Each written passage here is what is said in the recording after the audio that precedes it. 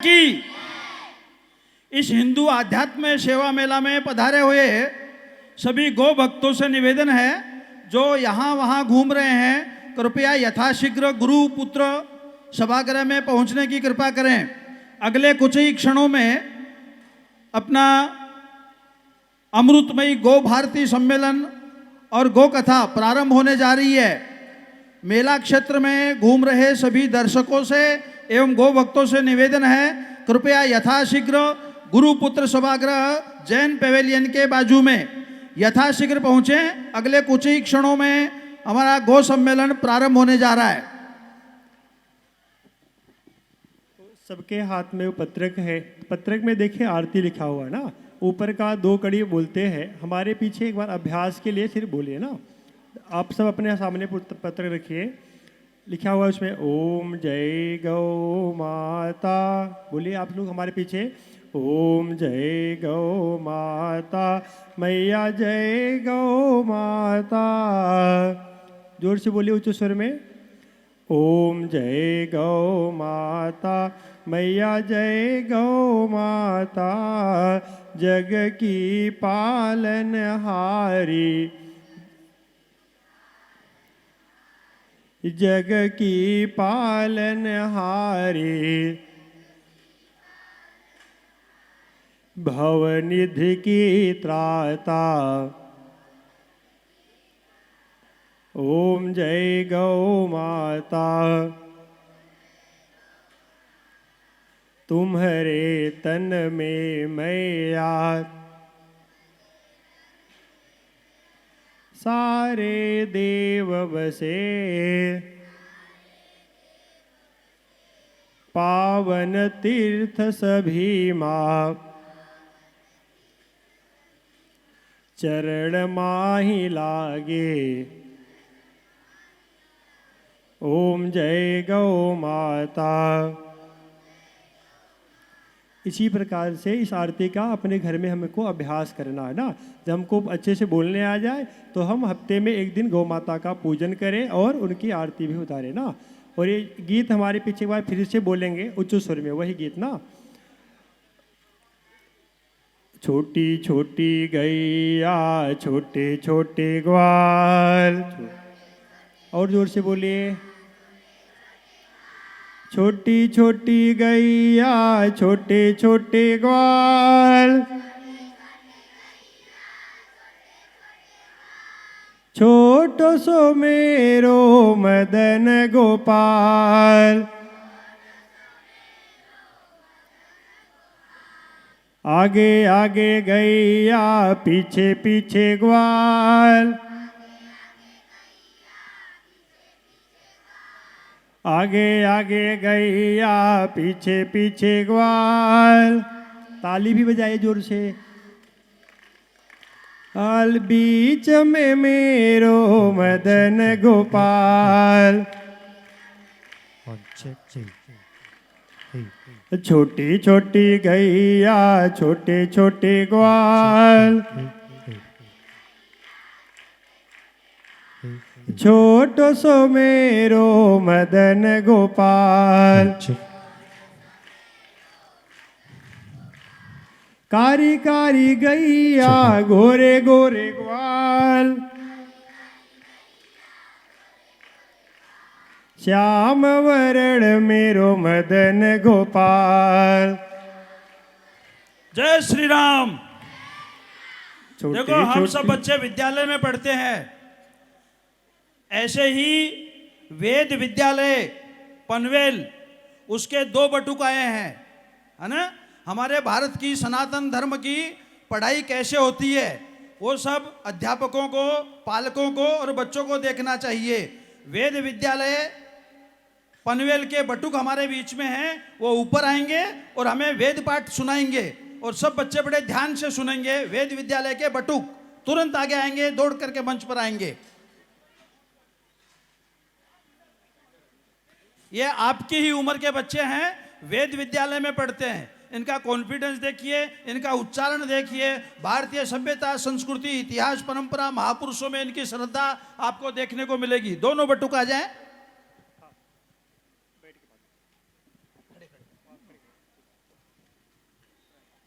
ॐ मा ईखेत्तवोर्जेत्तवा वायवस्थादे वो वाह सविता परार्पयतु श्रेष्ठतमा या कर्मण आप्या यदवामगन्या इन्द्रा या भागां पराजा वातेराणामेव आयक्षमामा वस्तेन एषतामा गाजग्गो शोद्धरो वा असमेन्नगो पादौसिया ताववेर्जामा नसिया पाशोन्वाये ध्वासो पावितरामा सिद्धियौ रासे प्रेतव्यासेमा तारिशवानो कर्मो सिप्पिशवाधा आसे पारामेणाधाम्मना दृग्गो हसवामा वार्माते जधन्यापातिर्वा रेखेता वासो पावितरामाशीषाताधा रामपासो पावितरामासी सहस्राधा रामा देवसवा सावेता पूर्णातुवासो पावितरेणा शताधारे रासुपवाका माधुक्षाः सापिषवायो सापिषवा कर्म सापिषवाधाया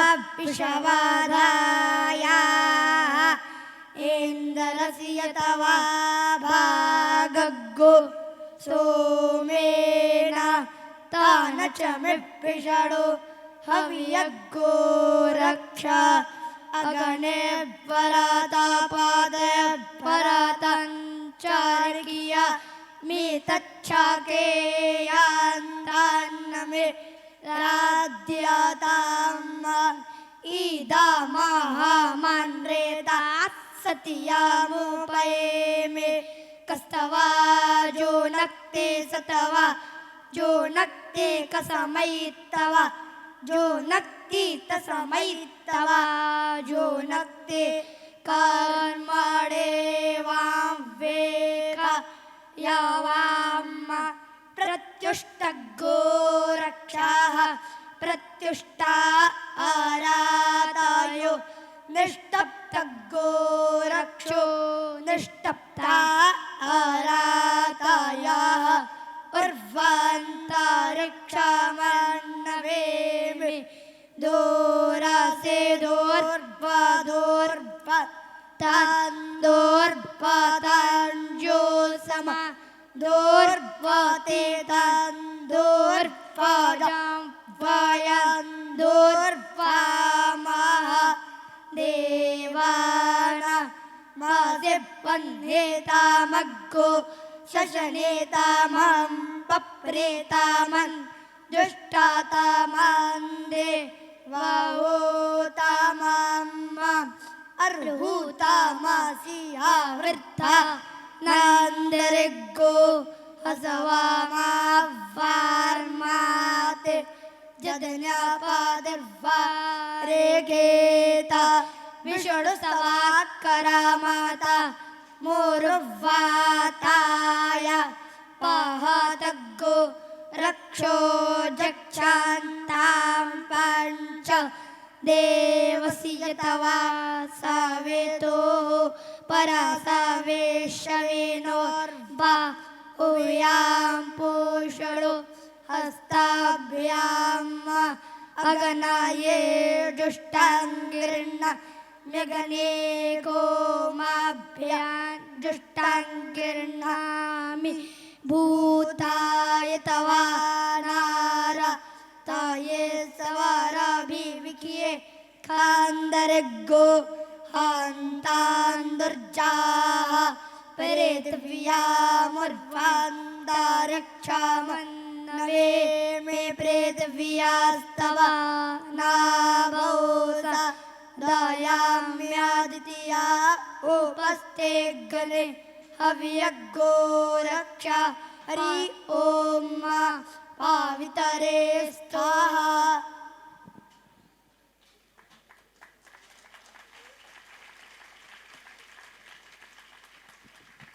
बहुत अच्छा। अभी जो बच्चे कन्या बंधन के लिए आए हुए हैं वो अपने स्थान पर उठेंगे और दो दो की पंक्ति में विवेकानंद मंडपम में जाएंगे। जो कन्या बंधन के लिए बच्चे आए हुए हैं वो अभी विवेकानंद मंडपम में जाएंगे और जो गो कथा के लिए आए हुए हैं वो सब यहीं रुकेंगे। अभी अगला कार्यक्रम हमारा गो यज्ञ का होगा। हम प्रात्यक्षिक यहां देखेंगे। मैं भट्ट जी से निवेदन करता हूं आप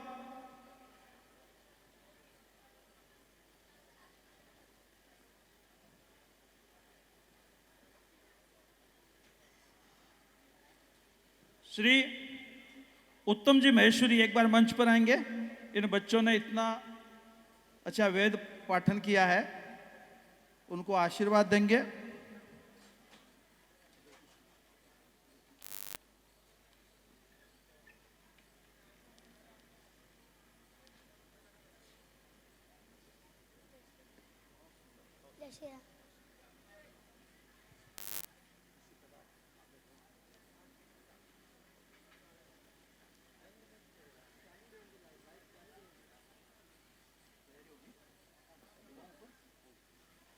मैं माननीय अजित जी महापात्रा एवं लक्ष्मी नारायण जी चांडक से निवेदन करता हूं, आप गो यज्ञ के लिए कृपया मंच पर पधारें।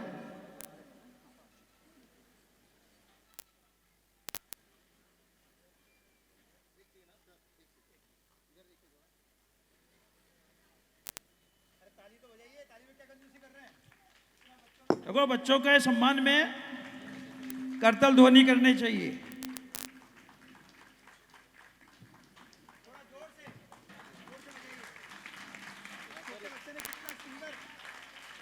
भारत माता की वंदे वंदे।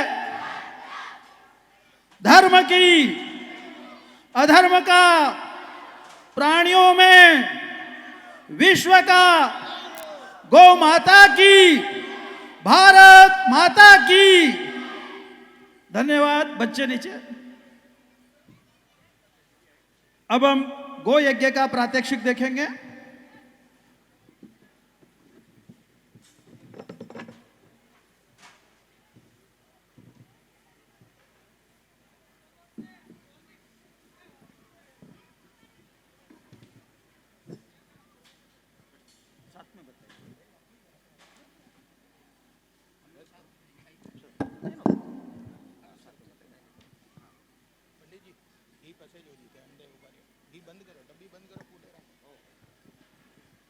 ये व्याहुति होम कहते हैं, जो मंगल हवन है। किसी भी शुभ कार्य के पहले आप अपने घर में किसी भी चीज़ की शुभ शुरुआत करते हैं। अपना जन्मदिन है, बर्थ एनिवर्सरी है, मैरिज एनिवर्सरी है, कोई अच्छे काम के लिए, कोई इंटरव्यू के लिए, कोई भी शुभ कार्य के लिए जब भी आप अपने घर से निकलते हो तो ये व्याहुति होम आप कर सकते हो। उसमें संसार के तद्भू भूः स्वः जो तीनों लोक की जो शक्तियाँ हैं उसका हम आह्वान करते हैं और उनसे निवेदन करते हैं कि हमारा शुभ करो। और उसके बाद गौ माता का हवन भी हम करेंगे। इसके मंत्र 4 है व्याहुति होम के। जब भी मैं आहुति दूंगा तभी बोलूँगे, पर अभी आपको बताने के लिए भू स्वाहा अग्नये इदम नमः, भूः स्वाहा वायवे इदम नमः, स्व स्वाहा सूर्याय इदम नमः, भूर्भुवः स्वः स्वाहा प्रजापतये इदम नमः। ये मंत्र की आहुति होने के बाद फिर गौ माता के सुरभि यज्ञ होगा, तो उसमें भी 11 आहुतियाँ देंगे। आप ध्यान से सुनिएगा।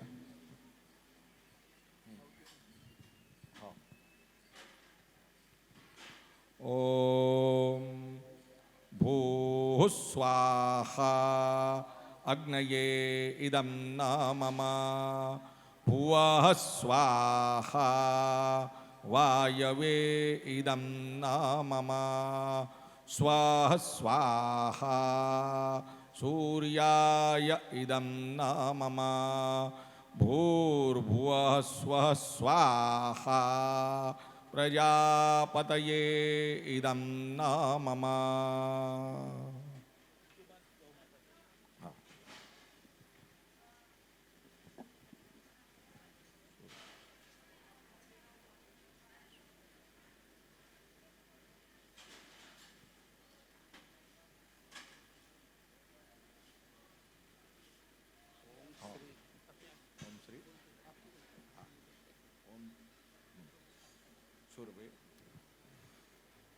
अभी जो मंत्र के उच्चारण से आहुतियाँ दिए गए हैं, ये अग्निहोत्र का एक प्रतीक पूजन मंत्र यहाँ पर गया है। सबको बताइए, वास्तव में होना चाहिए सवेरे जिस समय जो उसको ब्रह्म मुहूर्त कहते हैं, भगवान सूर्य की किरण आने से पहले की जो समय है, उस समय वो गोधूली बेला में दिन में 2 बार होता चाहिए। यहाँ पर सभी के सामने प्रशिक्षण भी हो जाएगा, साथ साथ में हम घर में करेंगे। इसी का ही एक प्रयोग आपके सामने प्रतीक के रूप में हुआ है हवन का। इसमें गोबर के कंडे है, घी है, हवन सामग्री है। ये सारा गाय के कृपा के कारण होता है। इस कारण से माता सुरभि गोमाताओं के गायों का नाम का एक नाम है। इस सुरभि माता की जो मंत्र है, श्री सुरभे नमः, ये मंत्र एक बार कहेंगे सभी, श्री सुरभे नमः। जब हम हवन करेंगे, ओम श्री सुरभे स्वाहा सुरभे इदं न मम, ऐसे 11 आहुति यहाँ पर करने वाले हैं हम। ये सीधा सीधा गोमाता के पास में पहुँचेगा। हम जानते ही हैं गोमाता के शरीर में सूक्ष्म रूप में सभी देवताओं का वास है। एक बार सभी कहेंगे केवल श्री सुरभे नमः, ओम श्री सुरभे स्वाहा सुरभे इदं न मम, ओम श्री सुरभे स्वाहा सुरभे इदं न मम, ओम श्री सुरभे स्वाहा सुरभे इदं न मम, ओम श्री सुरभे स्वाहा सुरभे इदं न मम, ओम श्री सुरभे स्वाहा सुरभे इदं न मम, ओम श्री सुरभे स्वाहा सुरभे इदं न मम, ओम श्री सुरभे स्वाहा सुरभे इदं न मम, ओम श्री सुरभे स्वाहा सुरभे इदं न मम, ओम श्री सुरभे स्वाहा सुरभे इदं न मम, ओम श्री सुरभे स्वाहा सुरभे इदं न मम, ओम श्री सुरभे स्वाहा सुरभे इदं न मम। सभी हो गए, सभी इसको घी अभी पूर्णाहुति करेंगे। आप सभी 1 मिनट, पूर्णाहुति होगी अभी। पूर्णाहुति करते समय ध्यान रखिएगा, घी को अंदर की तरफ ऐसे करते हैं। सभी को मंत्र मालूम है, पूर्णमदः, यहीं से शुरू करते हैं। आप सभी साथ साथ में करेंगे और धीरे धीरे घी को वो अग्नि को समर्पण करेंगे। ओम पूर्णमदः पूर्णमिदं पूर्णात् पूर्णमुदच्यते पूर्णस्य पूर्णमादाय पूर्णमेवावशिष्यते। गिढ़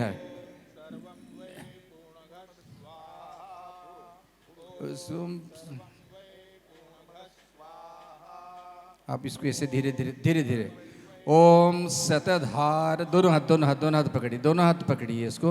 शतधारम सहस्रधार घृतधारम पूर्णाहुतिम समर्पयामि।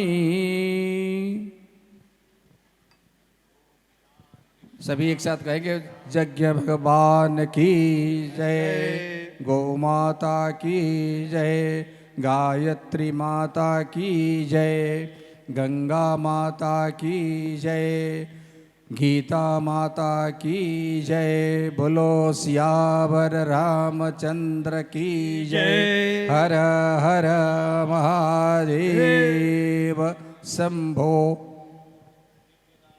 कर्म स्वाध्याय निरतो भवेद।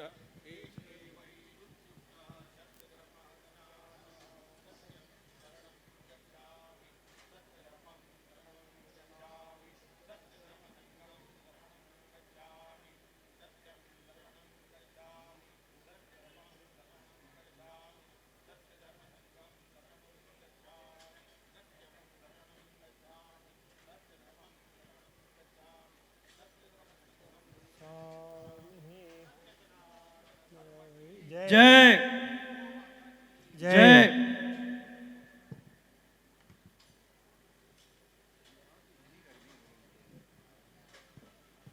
माननीय अजित जी महापात्रा, माननीय श्री उत्तम जी महेश्वरी एवं श्री लक्ष्मी नारायण जी चांडक, मेरा निवेदन रहेगा आप तीनों कृपया मंच पर स्थान ग्रहण करें। जो सभा मंडप के बाहर जो दर्शक हैं, गो भक्त हैं, जो इस कार्यक्रम के निमित्त आए हैं, उन सब से निवेदन है कृपया गुरुपुत्र सभागृह में आकर के अपना स्थान ग्रहण करें। आज के इस कार्यक्रम में हमें मार्गदर्शन के लिए जो उपस्थित हुए हैं उनका मैं परिचय आप सबके सामने करवाता हूं। माननीय श्री अजीत जी महापात्र, आप राष्ट्रीय स्वयंसेवक संघ के माननीय अखिल भारतीय गौ सेवा प्रमुख हैं, प्रचारक हैं। मैं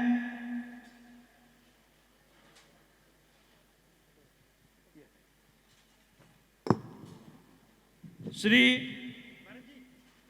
लक्ष्मीकांत जी शिंगड़ोदिया से निवेदन करता हूं कि आप माननीय आप करें।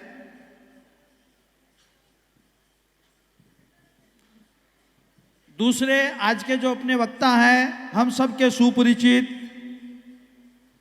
गो चिकित्सा विशेषज्ञ माननीय श्री उत्तम जी महेश्वरी, अपने मुंबई में रहते हैं इसलिए अपने लिए एक सामान्य बात है, बाकी पूरे भारत में एक विशिष्ट पहचान आपकी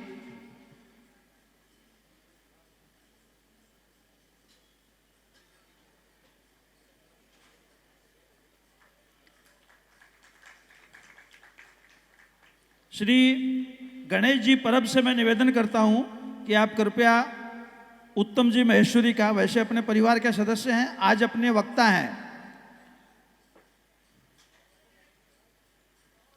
और आज के इस कार्यक्रम में श्रोता केवल वही नहीं है जो सामने बैठे हैं, श्रोता वो भी सब हैं जो हमारी प्रदर्शनी देख रहे हैं और प्रदर्शनी में कार्य रूप हैं। साथ में भोजन कक्ष में भी जो लोग हैं वो भी हमारे श्रोता हैं। लेकिन अच्छा हो सब श्रोता यदि सामने हो तो और ज़्यादा आनंद आएगा। मेरा पुनः सब लोगों से निवेदन है कृपया गुरुपुत्र सभागृह में आप पधारें। कार्यक्रम हमारा प्रारंभ हो रहा है।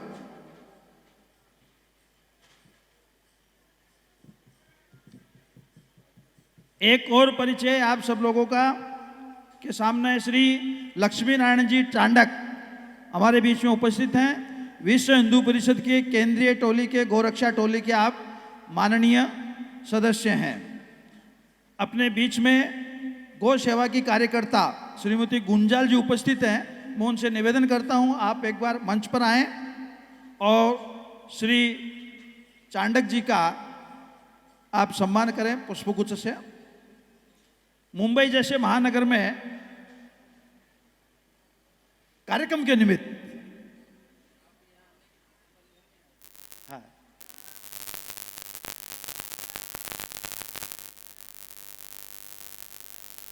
गौ रक्षा से कोई भी संबंधित कोई भी जानकारी रखते हैं, चांडक जी हम सबके प्रेरणा स्रोत हैं।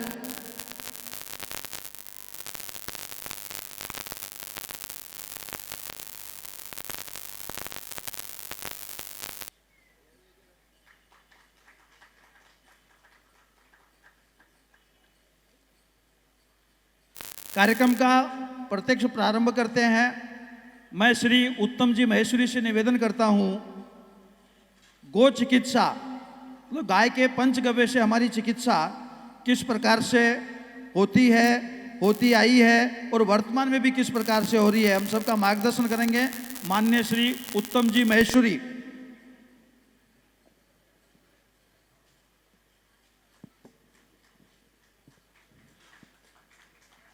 जय गौ माता।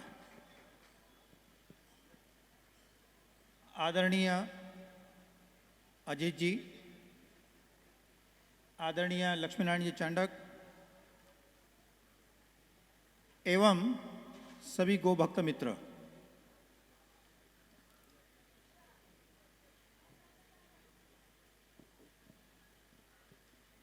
मैंने सुबह कमलेश जी को पूछा था कि कितने मिनट बोलना है, तो उन्होंने कहा कि जितने श्रोता आपके सामने होंगे उतने मिनट। तो यह अच्छी बात है कि बहुत कम श्रोता हैं, क्योंकि सामान्यतः मेरे कार्यक्रम में 1,500-2 हज़ार लोग रहते हैं, तो लंबा विषय होता है। तो मैं यही सोच रहा था कि भाई अगर इतने लोग होंगे तो कितना पूरा दिन भर चलता रहेगा क्या कार्यक्रम। तो अब समझ में आया कि उन्होंने ऐसा क्यों कहा। 2012 में मेरा एक्सीडेंट हुआ था, पैर में 3 फ्रैक्चर हो गए और मेरे दोस्त जो है मुझे उठाकर लेके गए हॉस्पिटल। वहाँ पर डॉक्टर ने पूछा आपको डायबिटीज़? मैंने कहा बिल्कुल नहीं। बोले कब चेक कराया? मैंने कहा कभी नहीं। तो उन्होंने कहा अरे तब तो आपको चेक करना ही पड़ेगा। मैंने कहा बिल्कुल चेक कर लीजिए आप। तो उन्होंने कहा कि लेकिन मैंने उनको कहा कि लेकिन 2 बातें आप सुन लीजिए। बोले क्या? मैंने कहा मेरे पिताजी को भी डायबिटीज़ थी और मेरे दादाजी को भी डायबिटीज़ थी। बोले तब तो चेक कराना बहुत ज़रूरी। मैंने कहा हाँ बिल्कुल, बात यही तो कह रहा हूँ मैं, लेकिन एक बात और सुन लीजिए आप। तो बोले क्या? मैंने कहा मिठाई खूब खाता हूँ। 1 किलो मिठाई एक बार में खाना मेरे लिए एकदम मामूली बात है। मैं आराम से 1 किलो मिठाई एक बार में खा सकता हूँ। अगर किसी की इच्छा हो तो प्रयोग कर सकते हैं, मेरे ऊपर तैयार हूँ मैं। अभी भी 250 ग्राम खा के आ चुका हूँ। तो उन्होंने कहा, मैंने कि अभी थोड़ी देर पहले मैंने 2 बड़े बड़े पेड़े खाए हैं। बोला आप बहुत लापरवाही कर रहे हैं, आपको चेक करा लेना चाहिए था। मैंने कहा यही तो मैं कह रहा हूँ, आप कर लीजिए चेक। तो जब उन्होंने मेरा शुगर लेवल चेक किया तो एकदम नॉर्मल। अब डॉक्टर जो है एकदम हक्के बक्के रह गए। फिर उन्होंने पूछा आके कि आपका बीपी? मैंने कहा एकदम नॉर्मल है, लेकिन आप चेक कर लीजिए। उन्होंने चेक ही नहीं किया और सीधा प्लास्टर करना शुरू कर दिया। तो प्लास्टर करना शुरू किया और बार बार मुझे एक ही बात पूछते जा रहे थे, आपने इतने कॉन्फिडेंटली कैसे कहा कि आपको डायबिटीज नहीं है? आपके पिताजी को डायबिटीज, आपके दादाजी को डायबिटीज, और आप मीठा बहुत ज्यादा खाते हैं, फिर भी आपको डायबिटीज नहीं, आपका शुगर एकदम नॉर्मल। तो मैंने कहा कुछ बातें मैं जानता हूं। डॉक्टर बार बार पूछते रहे, लेकिन मैंने उनको बताया नहीं। लेकिन आज आप लोगों के सामने कुछ बातें बता दूं मैं। मुझे पता चल गया है कि कुछ 70-75 लॉबीज हैं पूरे दुनिया में जो इतने पावरफुल है कि किसी भी देश के राष्ट्रपति और प्रधानमंत्री की भी उनके सामने कोई हैसियत नहीं है।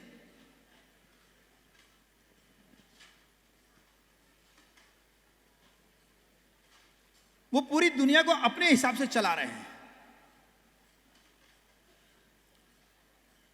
उदाहरण के लिए अभी कोरोना नाम की एक बीमारी आई है। मैंने YouTube पे एक वीडियो डाला, एक सरल सा 10 रुपए का प्रयोग आप कीजिए। 3.5-4 घंटे के अंदर आपका कोरोना खत्म हो जाएगा। 6 लाख लोगों ने उसको देखा YouTube पर और YouTube पर देखने के बाद हजारों हजारों क्या रोज कम से कम 2,500-3 हजार फोन हमारे सेंटर पे आते थे। कई तो धन्यवाद देने के लिए कि हमको कोरोना हो गया था, आपके इस उपाय से ठीक हो गया। लेकिन जब 6 लाख लोगों ने देख लिया तो YouTube ने उसको उड़ा दिया और मेरे ऊपर बैन लगा दिया, फेसबुक ने और YouTube ने, दोनों ने। तो ये कितने पावरफुल लॉबी है ये आप समझ लीजिए। क्योंकि यहां 10-10 लाख रुपए के बाद लोगों की बॉडी तक नहीं मिल रही है और यहां 10 रुपए में ठीक हो रहा है, मुझे 1 रुपया कमीशन भी नहीं मिल रहा है। और ऐसी लॉबी क्या कर रही है? अगर आप लोगों को ध्यान होगा, सत्यमेव जयते का प्रोग्राम आया था, उसमें राजस्थान के डॉक्टर सुमित शर्मा आए थे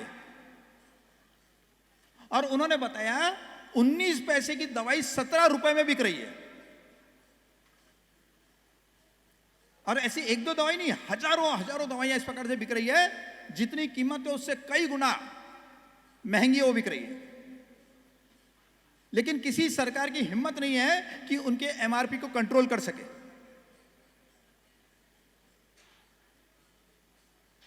अंग्रेजों ने एक तेल को विकृत किया, उसको नाम दिया था हाइड्रोजनेटेड ऑयल, और उसे वनस्पति घी के नाम से बेचना शुरू किया। जब देश को आजादी मिली तो आजादी मिलने के बाद उस तेल के ऊपर, उस विकृत तेल के ऊपर प्रतिबंध लगाया जाना चाहिए था। लेकिन हमारे प्रधानमंत्री के, उस समय के जो प्रधानमंत्री थे, उनके ऊपर इतना प्रेशर था कि उन्होंने उसकी और महिमा मंडन किया उसका, और उसको कहा कि ये तो वनस्पति घी है, ये तो गरीबों के लिए है, गरीब घी नहीं खा सकता है, ये खा सकता है। और एक खतरनाक जहर जो है वो पूरे देश को खिलाया गया, जो तेल से भी बदतर था उसको।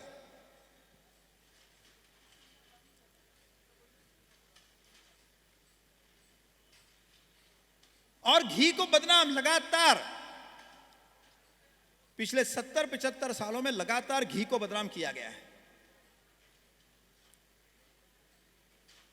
जिस शक्कर के आधार पर हम लोग स्वस्थ रहते थे, उस शक्कर को बदनाम किया गया है। आज की जनरेशन को देखो, घी और शक्कर दोनों से दूर हो गई है। घी का नाश करने के लिए डालडा, जिसको कहते हैं वनस्पति घी, उसको उतारा गया, जो वास्तव में घी है ही नहीं, जो विकृत तेल है। और शक्कर के को खत्म करने के लिए मिलों के अंदर चीनी बनाई गई और उस चीनी को शक्कर के नाम पर मार्केट में उतारा गया। शक्कर के ऊपर टैक्स लगाया गया और चीनी को सब्सिडी दी गई। अब शक्कर और घी का क्या रोल है? आयुर्वेद कहता है कि वात और पित्त के बिगड़ने से 80% बीमारियां आती है, और घी और शक्कर ये दोनों ऐसी चीजें हैं जो वात और पित्त दोनों को कंट्रोल करती है। अगर वात और पित्त दोनों कंट्रोल हुए तो बीमारियां आएगी कहां से? तो दवाइयां बिकेगी कैसे? इसलिए घी को और शक्कर को दोनों बदनाम किया गया। जैसलमेर, बाड़मेर, यहां का घी पूरे देश में बिकता था। वहां पर एक बहुत बड़ी घास होती है जिसको सेवण घास कहा जाता है, जो बरसात, केवल 1-2 बरसात से इतनी घास उग जाती है, 10-10, 12-12 फीट की हो जाती है घास। दुनिया की सबसे पौष्टिक घास। और वहां की गाय वो घास खाती थी, उनको दाना खाने की जरूरत नहीं पड़ती थी, और उनके घी को औषधि माना जाता था। आज स्थिति ऐसी आई है कि वहां पर बहुत बड़ा सोलार प्लांट लग रहा है, इतना बड़ा क्षेत्र बर्बाद किया जा रहा है, वहां की घास बर्बाद हो रही है और वहां की सबसे बढ़िया नस्ल की गाय खत्म हो रही है। 4 लाख गायों के प्राणों के ऊपर संकट आ गया है।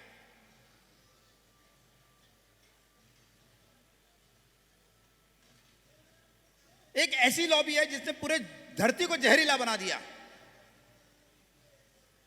और उस लॉबी का इतना सरकार के ऊपर दबाव है कि 2400 रुपए का यूरिया, 2100 रुपए सब्सिडी देती है सरकार उसके ऊपर,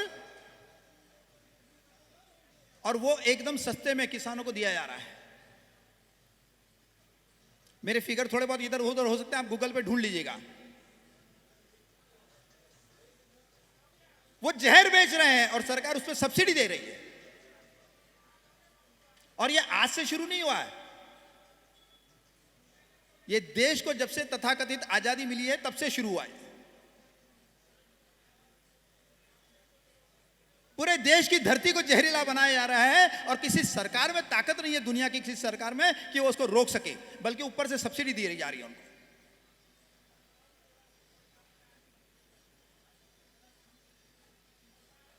एक ड्रिंक जिसके अंदर 23 प्रकार के जहर होते हैं,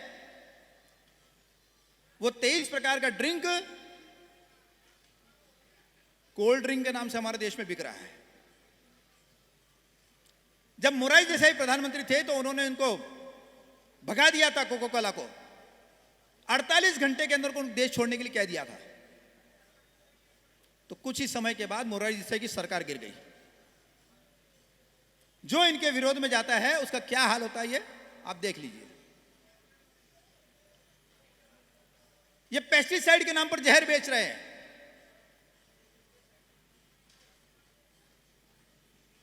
ये धरती को फाड़ने वाले ट्रैक्टर को चला रहे हैं। उस ट्रैक्टर के ऊपर सरकार जो है सब्सिडी देती है, लोन देती है, लेकिन जो धरती का पोषण करता है उस बैल के ऊपर कोई सब्सिडी नहीं है। आप आज एक स्लॉटर हाउस के लिए एप्लीकेशन दे दीजिए, आपको तुरंत सब्सिडी भी मिलेगी, लोन भी मिलेगा, सब कुछ मिल जाएगा। लेकिन आज गौशाला खोलने के लिए आप एप्लीकेशन दीजिए, बोलेंगे पहले गौशाला खड़ी करो, फिर बाद में हम आपको देंगे। इसलिए आज 10 वर्ष हो गए हमारी सरकार होते हुए भी गो हत्या बंद नहीं हो रही है, बल्कि कम भी नहीं हो रही है। रोज 1 लाख से अधिक गाय कट रही है।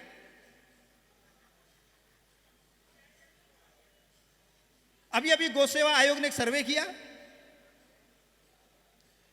उस सर्वे के अंदर पता चला कि महाराष्ट्र के अंदर 1,39,40 लाख गायें हैं, गोवंश है। उनमें से सिर्फ 13 लाख देशी गोवंश है। 10% भी नहीं है जो गोवंश हमको दिखाई दे रहा है। सब जर्सी और हाइब्रिड हो गए हैं। कितना बड़ा नुकसान हो रहा है। लेकिन आश्चर्य की बात, वो लॉबी इतनी पावरफुल है कि मांस के ऊपर कोई जीएसटी नहीं है। लेकिन अगर आप गाय के वेस्ट, यानी जिसको वेस्ट समझती है पढ़ी लिखी जनता, उस गोबर से धूप बत्ती बना दो और धूप बत्ती आप बेचने जाओ तो उसके ऊपर 12% जीएसटी है। जो घी हजारों औषधियों से श्रेष्ठ है, जो आपको बीमारी नहीं पड़ने देता है, उस घी के ऊपर 12% जीएसटी है।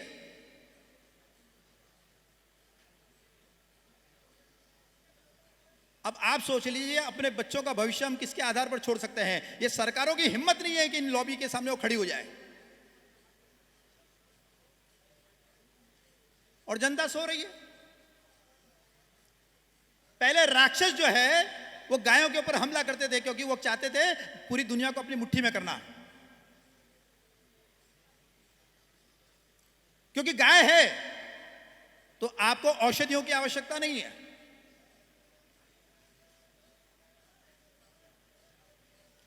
कैंसर के पेशेंट को हमने गोमूत्र पीने के लिए कहा और बहुत से कैंसर के पेशेंट ठीक हो गए। कोरोना के समय ऑक्सीजन का बड़ा हो हल्ला हो गया, तो ऑक्सीजन नहीं मिल रहा, ऑक्सीजन नहीं मिल रहा, लोगों की हालत खराब हो रही है। गुजरात के अंदर एक कैंप के अंदर वहां पर सबको गोमूत्र पिलाया गया। केवल 3 से 4 घंटे के अंदर सबने अपना ऑक्सीजन निकाल के साइड में रख दिया और सब उठ के बैठ गए। क्या जरूरत थी ऑक्सीजन की? तो गाय चारा खाती है जो हमारे काम का नहीं है, घास खाती है जो हमारे काम का नहीं है। हम बाजरा खाते हैं, ज्वारी खाते हैं, गेहूं खाते हैं, चावल खाते हैं, उसके पीछे जो भूसा बचता है वो भूसा गाय खाती है, और उसके बदले में हमें 5-5 अमृत देती है। कोई दुनिया में माई का लाल कोई ऐसा साइंटिस्ट है जो घास के बदले में 1 अमृत दे दे? बहुत साइंस का ढिंडोरा पीटा जा रहा है, एक कोई साइंटिस्ट पैदा हुआ है क्या? और गाय तो वो फ्री में दे रही है, कोई प्रोसेस करने का, उसको अमृत बनाने का, प्रोसेस करने का कोई पैसा भी चार्ज नहीं कर रही है आपसे।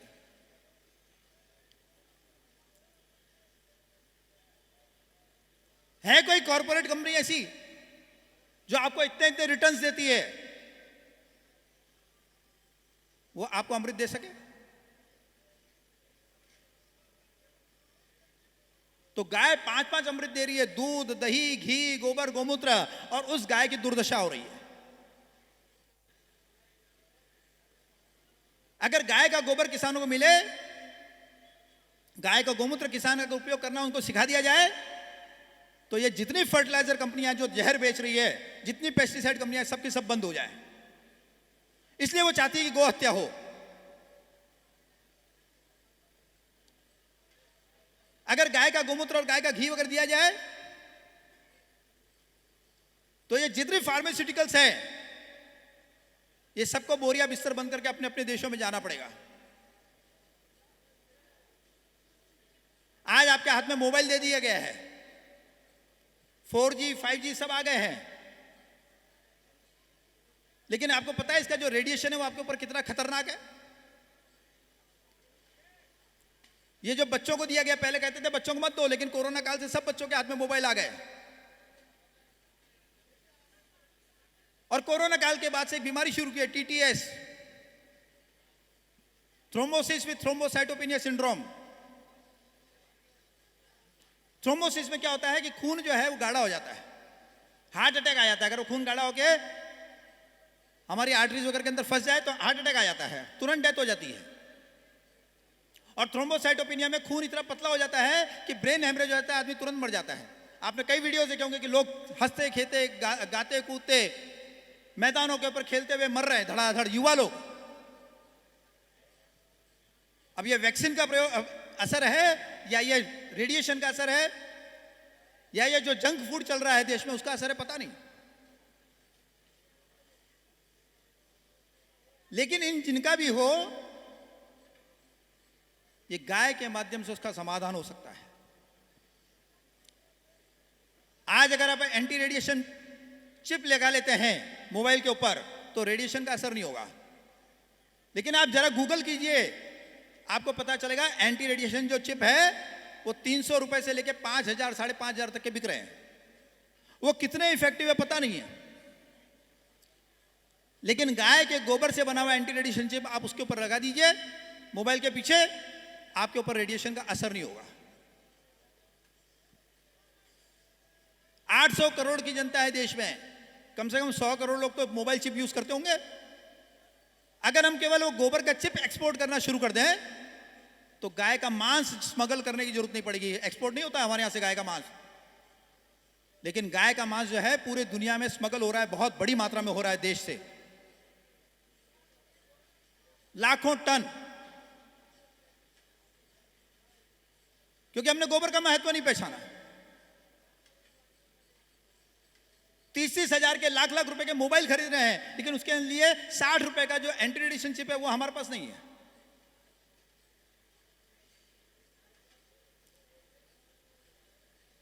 तो इसलिए आप गाय से जुड़िए। गाय जो है, एक दो छोटे छोटे उदाहरण दे देता हूं। जब बोलना शुरू किया था तो 15 लोग थे, इसलिए मैंने सोचा 15 मिनट बोलूंगा, लेकिन 10 लोग और बढ़ गए तो 25 मिनट बोलूंगा मैं। यही बात हुई है कमलेश जी से, तो इसलिए 21 मिनट बोल चुका हूं, अब 4 मिनट बाकी है। हमारा एक घाटकोपर का गोरक्षक है आशीष पारिक।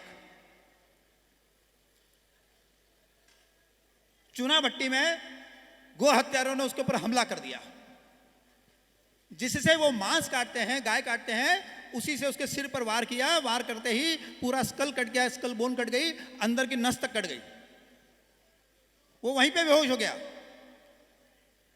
पुलिस साथ में थी, उसके बावजूद हमला हो गया। उनकी इतनी ताकत बढ़ी हुई है। तुरंत उसको सायन हॉस्पिटल में लेके गए। 5:30 बजे सुबह हमला हुआ। 6 बजे मेरे पास फोन आया, मैंने तुरंत उपाय बताया अपने बहुत से कार्यकर्ताओं के पास, और सायन में एक कार्यकर्ता के पास नाक में डालने के लिए जो यहां पर पड़े हैं देशी गाय का घी था। मैंने कहा तुरंत उसके नाक में एक एक बूंद, दो दो बूंद जो है नाक का घी डाला जाए। अब उन्होंने डाला, आईसीयू में एडमिट कर दिया। अब आईसीयू में तो एडमिट करने के बाद डाल नहीं सकते। तब मैंने युक्ति बनाई, मैंने कहा इसको हम सैफी हॉस्पिटल चर्री रोड लेके जाते हैं,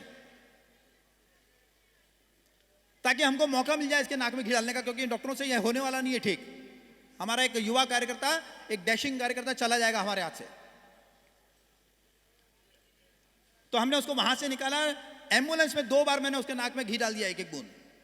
सैफी हॉस्पिटल पहुंचते ही जब उसको लिटाया नीचे, वहां पर भी डाल दिया।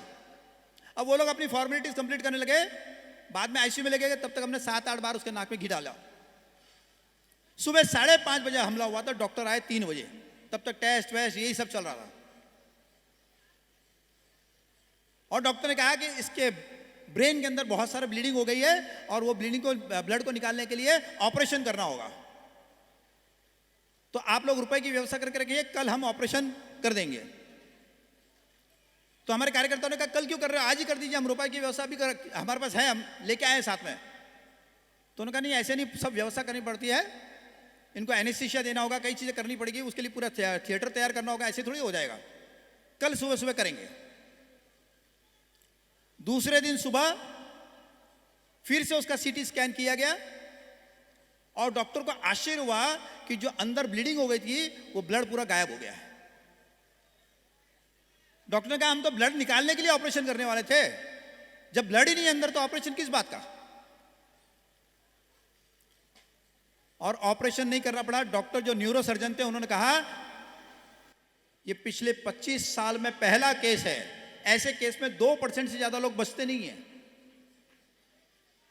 ये पहला केस है, ये पूरी तरह से बच गया, मुस्कुरा रहा है। 7 दिन के बाद तो हॉस्पिटल से डिस्चार्ज मिल गया उसको। उसको समझ में नहीं आया डॉक्टर को ये हुआ क्या। आज पैरालिसिस हो जाए तो डॉक्टर एलोपैथी वाले कहते हैं 3 घंटे के अंदर अंदर ट्रीटमेंट मिल जाए तो पैरालिसिस ठीक हो जाता है। लेकिन क्या 3 घंटे के अंदर ट्रीटमेंट मिलना संभव है? पैरालिसिस होने के बाद आप उसको हॉस्पिटल लेके जाएंगे, वहां पर वो लोग अटेंड करेंगे, वो टेस्ट करेंगे, और जब तक डॉक्टर आके ट्रीटमेंट करेगा तब तक 3 क्या कई घंटे निकल चुके होते हैं। मेरी मां को पैरालिसिस का अटैक हुआ था, तुरंत मैं दौड़ के गया, घी की बोतल उठाई, पानी गर्म किया कटोरी के अंदर, और कटोरी में पानी गर्म करके उसके अंदर घी की बोतल रखी, और फिर वो गुनगुना घी लाके उनके नाक में 3-4 बूंद डाला मैंने।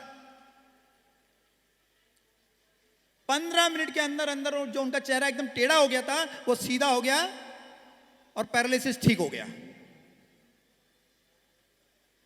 ये ऐसा घी जो घर घर होना चाहिए। आज इस घी के बारे में जानकारी नहीं। बहुत सारे इमरजेंसी केसेस में कोई कोमा में जा रहा है, आप नाक में घी डालिए और ठीक हो जाएगा। ये इमरजेंसी के रूप में अपने घर में हमेशा तैयार रहना चाहिए। लेकिन इस घी के बारे में कुछ जानते नहीं है। और ये मैं 1-2 केस नहीं बता रहा हूं, ऐसे हजारों केस अगर बताना शुरू करें तो सुबह के शाम हो जाएगी।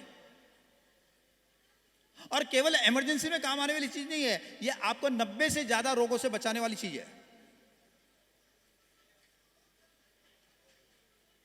जिनको साइनस की प्रॉब्लम है उनके लिए बहुत अच्छा है, जिनको माइग्रेन की प्रॉब्लम है उनके लिए बहुत अच्छा है। तो ये घी एक विशेष चीज है। जिस घी को बदनाम किया गया उसका मैं थोड़ा सा गुण बता रहा हूं।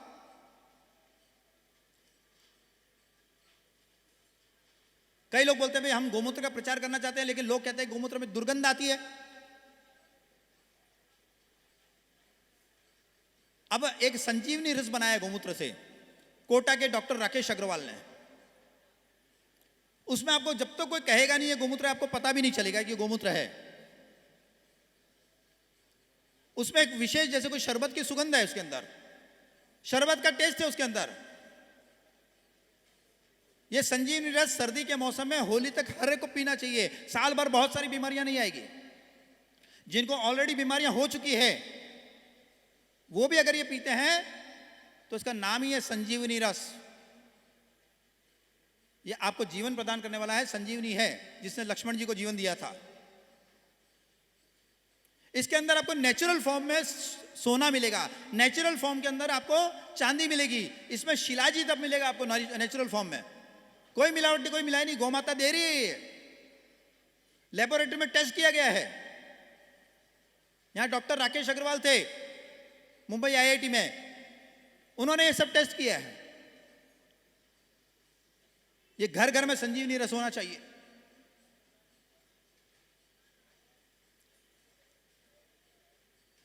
आप गाय के गोबर से उगा हुआ अन्न खाइए, सब में पॉजिटिव एनर्जी है। आप टेस्ट कीजिए कभी,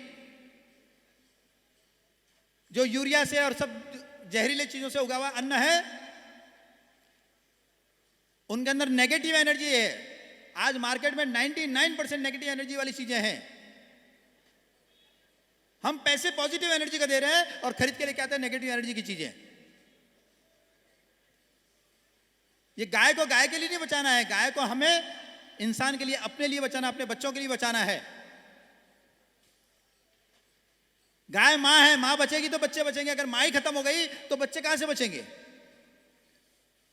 आज इंसानियत के ऊपर खतरा हो गया है, क्योंकि गाय केवल इंसान के शरीर को नहीं बचा रही है, इंसान के मन को भी बचाती है। हमारे ऋषि मुनियों ने कहा है, जैसा अन्न वैसा मन।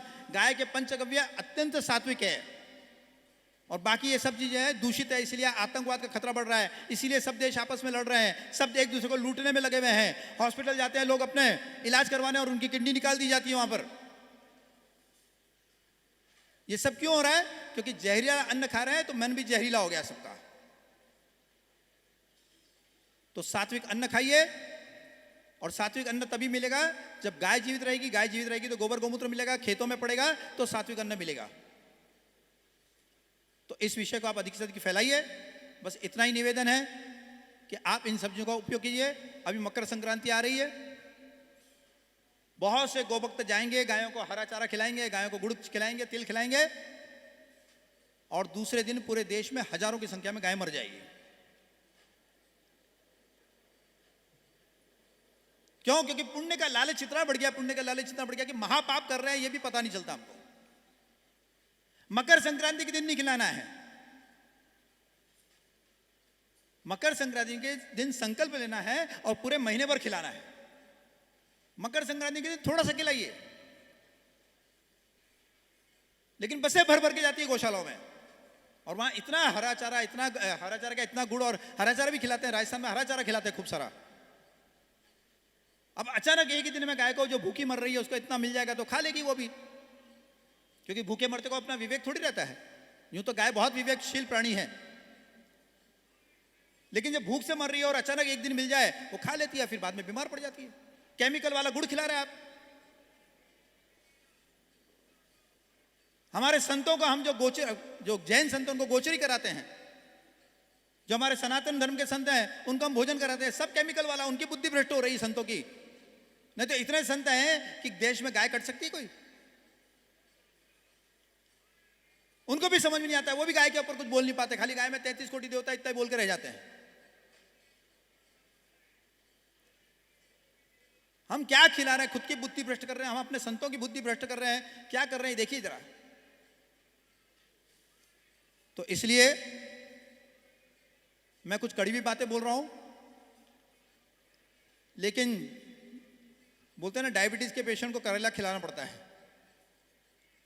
तो हालत ही ऐसी हो गई समाज की, इसलिए मैंने कुछ कड़वा डोज दिया है।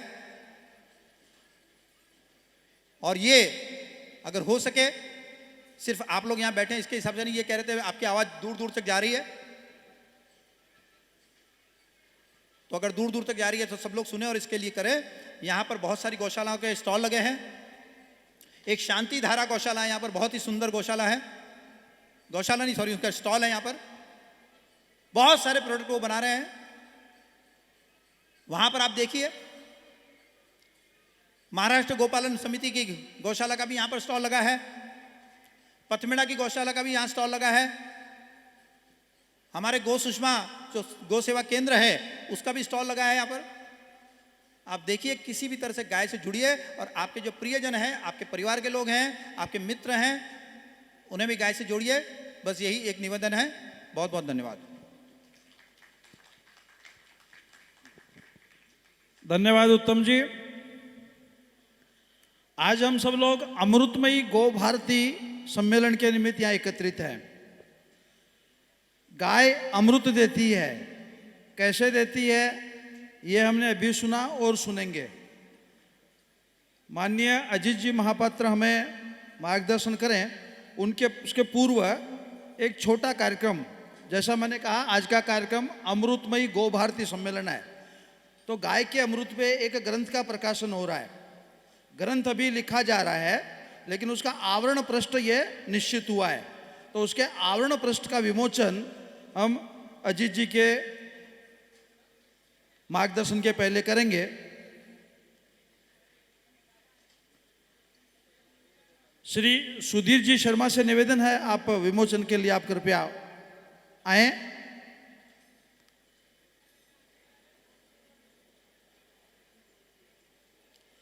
वेद विद्या प्रतिष्ठान पनवेल के पूज्य आचार्य जी हमारे बीच में उपस्थित हैं। मैं उनसे निवेदन करता हूं, कृपया आप ग्रंथ के मुख्य पृष्ठ अनावरण के लिए आप मंच पर पधारें।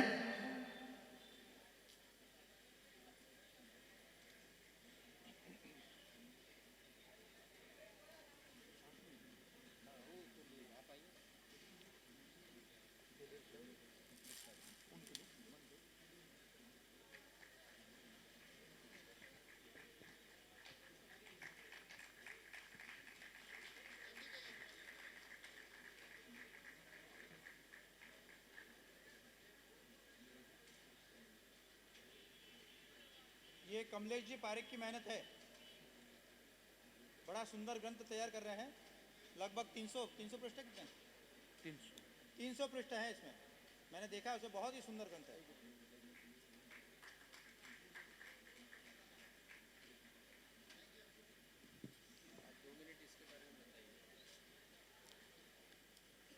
ये जो ग्रंथ है ये लगभग 300 पृष्ठ का ग्रंथ आधुनिक समय में गाय का उपयोग, महत्व, गाय के शरीर में 33 करोड़ देवी देवता, ये हम सब लोग जानते हैं। गाय हमारे धर्म का आधार हम सब जानते हैं। वास्तव में तो इस ग्रंथ का पूरा बनने के बाद विमोचन करना था, लेकिन इसके मुख्य पृष्ठ के विमोचन का आज के दिन विमोचन करने का एक विशेष कारण है। आज पौष महीने की शुक्ल द्वादशी, आज के बराबर 1 वर्ष पूर्व इस देश ने आनंदोत्सव मनाया था। हम सबको पता है पूज्य रामलला 500 वर्षों के पश्चात अयोध्या में अपने महल में विराजे थे। बोलिए सियावर रामचंद्र भगवान की, अयोध्या रामलला की। ये जो ग्रंथ है, इस ग्रंथ में 5 विषय हैं। गौ संस्कृति वैदिक और वैश्विक, गौ सेवा नगर और ग्राम, गौ स्वास्थ्य गाय का स्वास्थ्य और गाय के पंचगव्य से समाज का स्वास्थ्य, उसके बाद गौ संवर्धन और गौ संरक्षण। ऐसे 5 विषय में देश के 32 विद्वानों ने इस ग्रंथ में लिखा है, और वो सब अपने अपने विषय के निष्णात यानी एक्सपर्ट हैं। आज के समय में हम गौ सेवा नगर में रहने वाले कैसे कर सकते हैं, गांव में रहने वाले कैसे कर सकते हैं।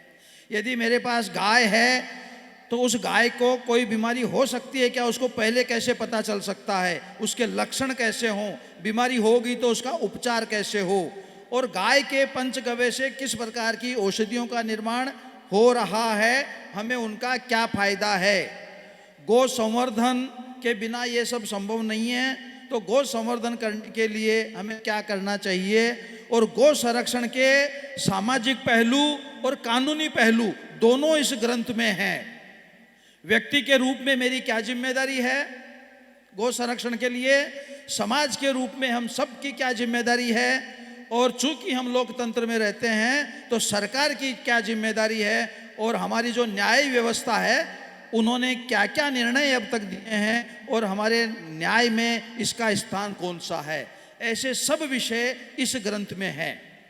और उसके बाद विजन इन एक्शन, कृति रूप दर्शन, केवल पुस्तक लिखने से पढ़ने से नहीं होता। तो आज देश में हजारों हजार व्यक्तियों के समूह, संस्थाएं इस विषय पे काम करती हैं। राष्ट्रीय स्वयंसेवक संघ की गौ सेवा गतिविधि, विश्व हिंदू परिषद की गोरक्षा विभाग और इसी प्रकार अनन्य संस्थाएं इस क्षेत्र में काम करती हैं।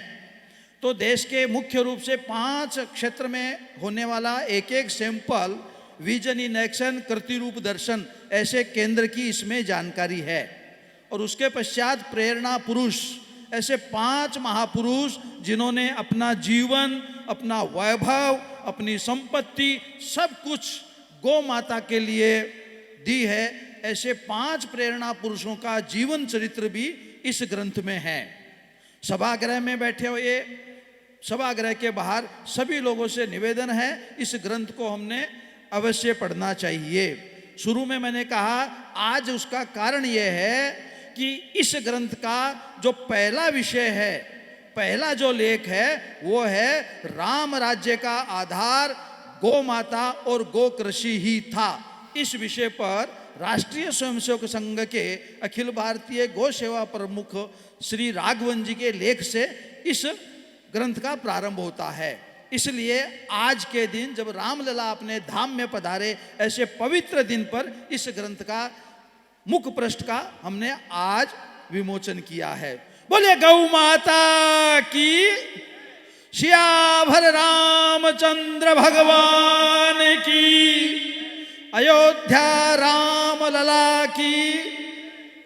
मैं माननीय अजीत जी महापात्र जी से निवेदन करता हूं आज हमारा मार्गदर्शन करें। माननीय अजीत जी।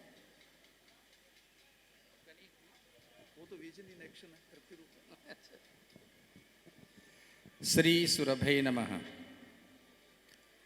सर्वकामदुधे देवी सर्वतीर्थे विशेषिनी, पावने सुरभि श्रेष्ठे देवी तुभ्यं नमोस्तुते।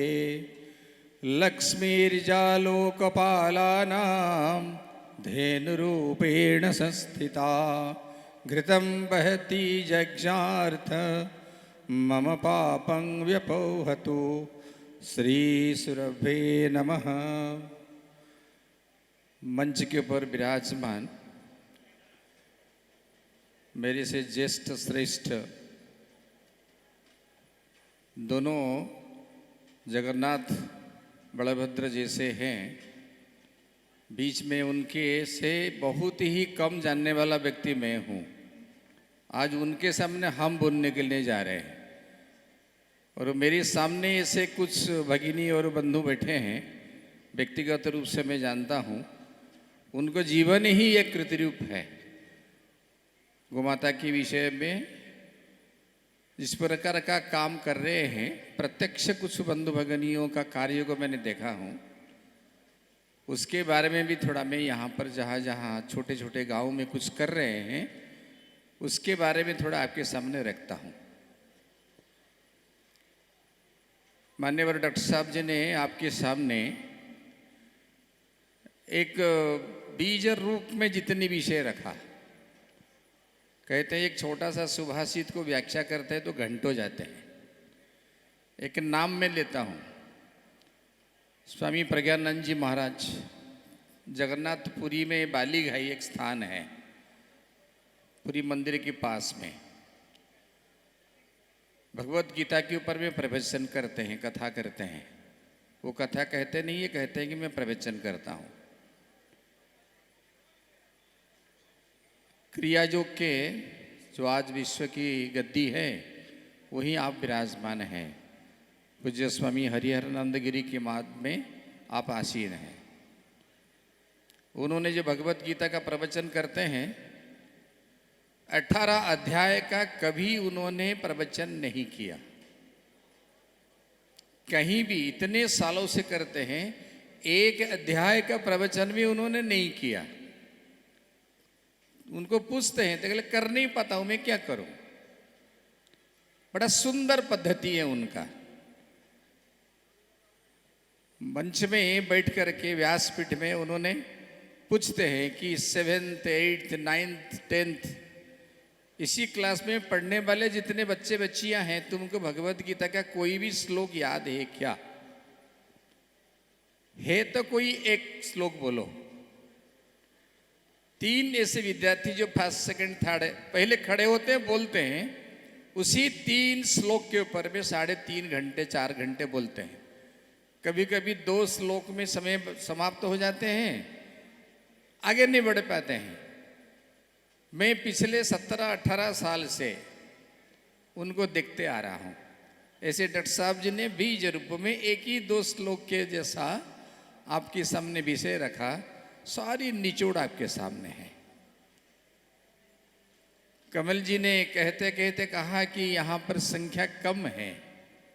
जब प्रवचन होती है, व्यासपीठ में बैठने के बाद में व्यास कहते हैं व्यक्त अव्यक्त रूप में, जो दिखता है जो नहीं दिखता है।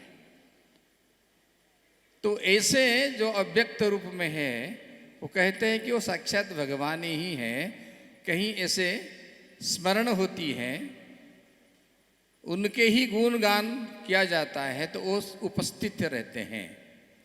मेरा पूर्ण विश्वास है एक सूक्ष्म शरीर में, सूक्ष्म रूप में मेरी गैया मैया यहाँ पर उपस्थित है।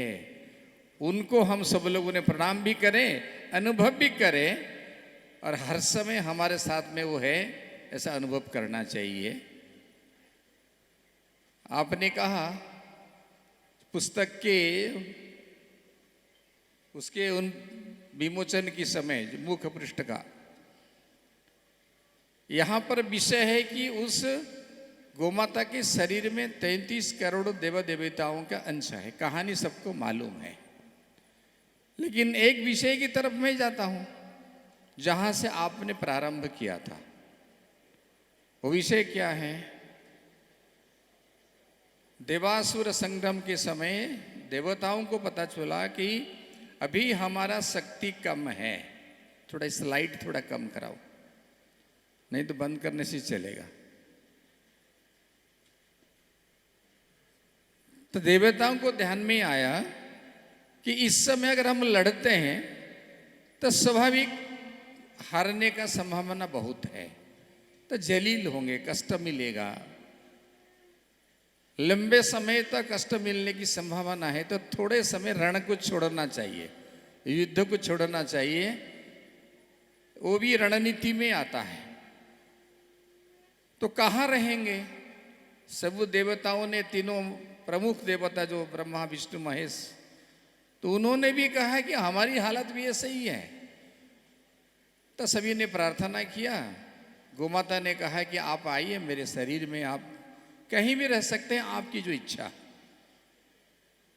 तो अपने अपने सूक्ष्म शरीर में जितनी सूक्ष्मता हो सकती है, ऐसे ही वो ध्यानस्थ अवस्था में माता के शरीर में निवास किया।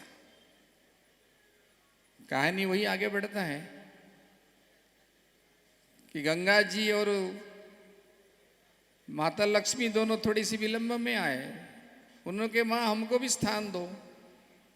माँ ने कहा कि खुर से लेकर सिर तक, पूंछ के अग्रभाग तक कहीं भी स्थान है तो आप रह सकते हो, इसमें आपत्ति क्या है? देख लो, कहीं नहीं मिला।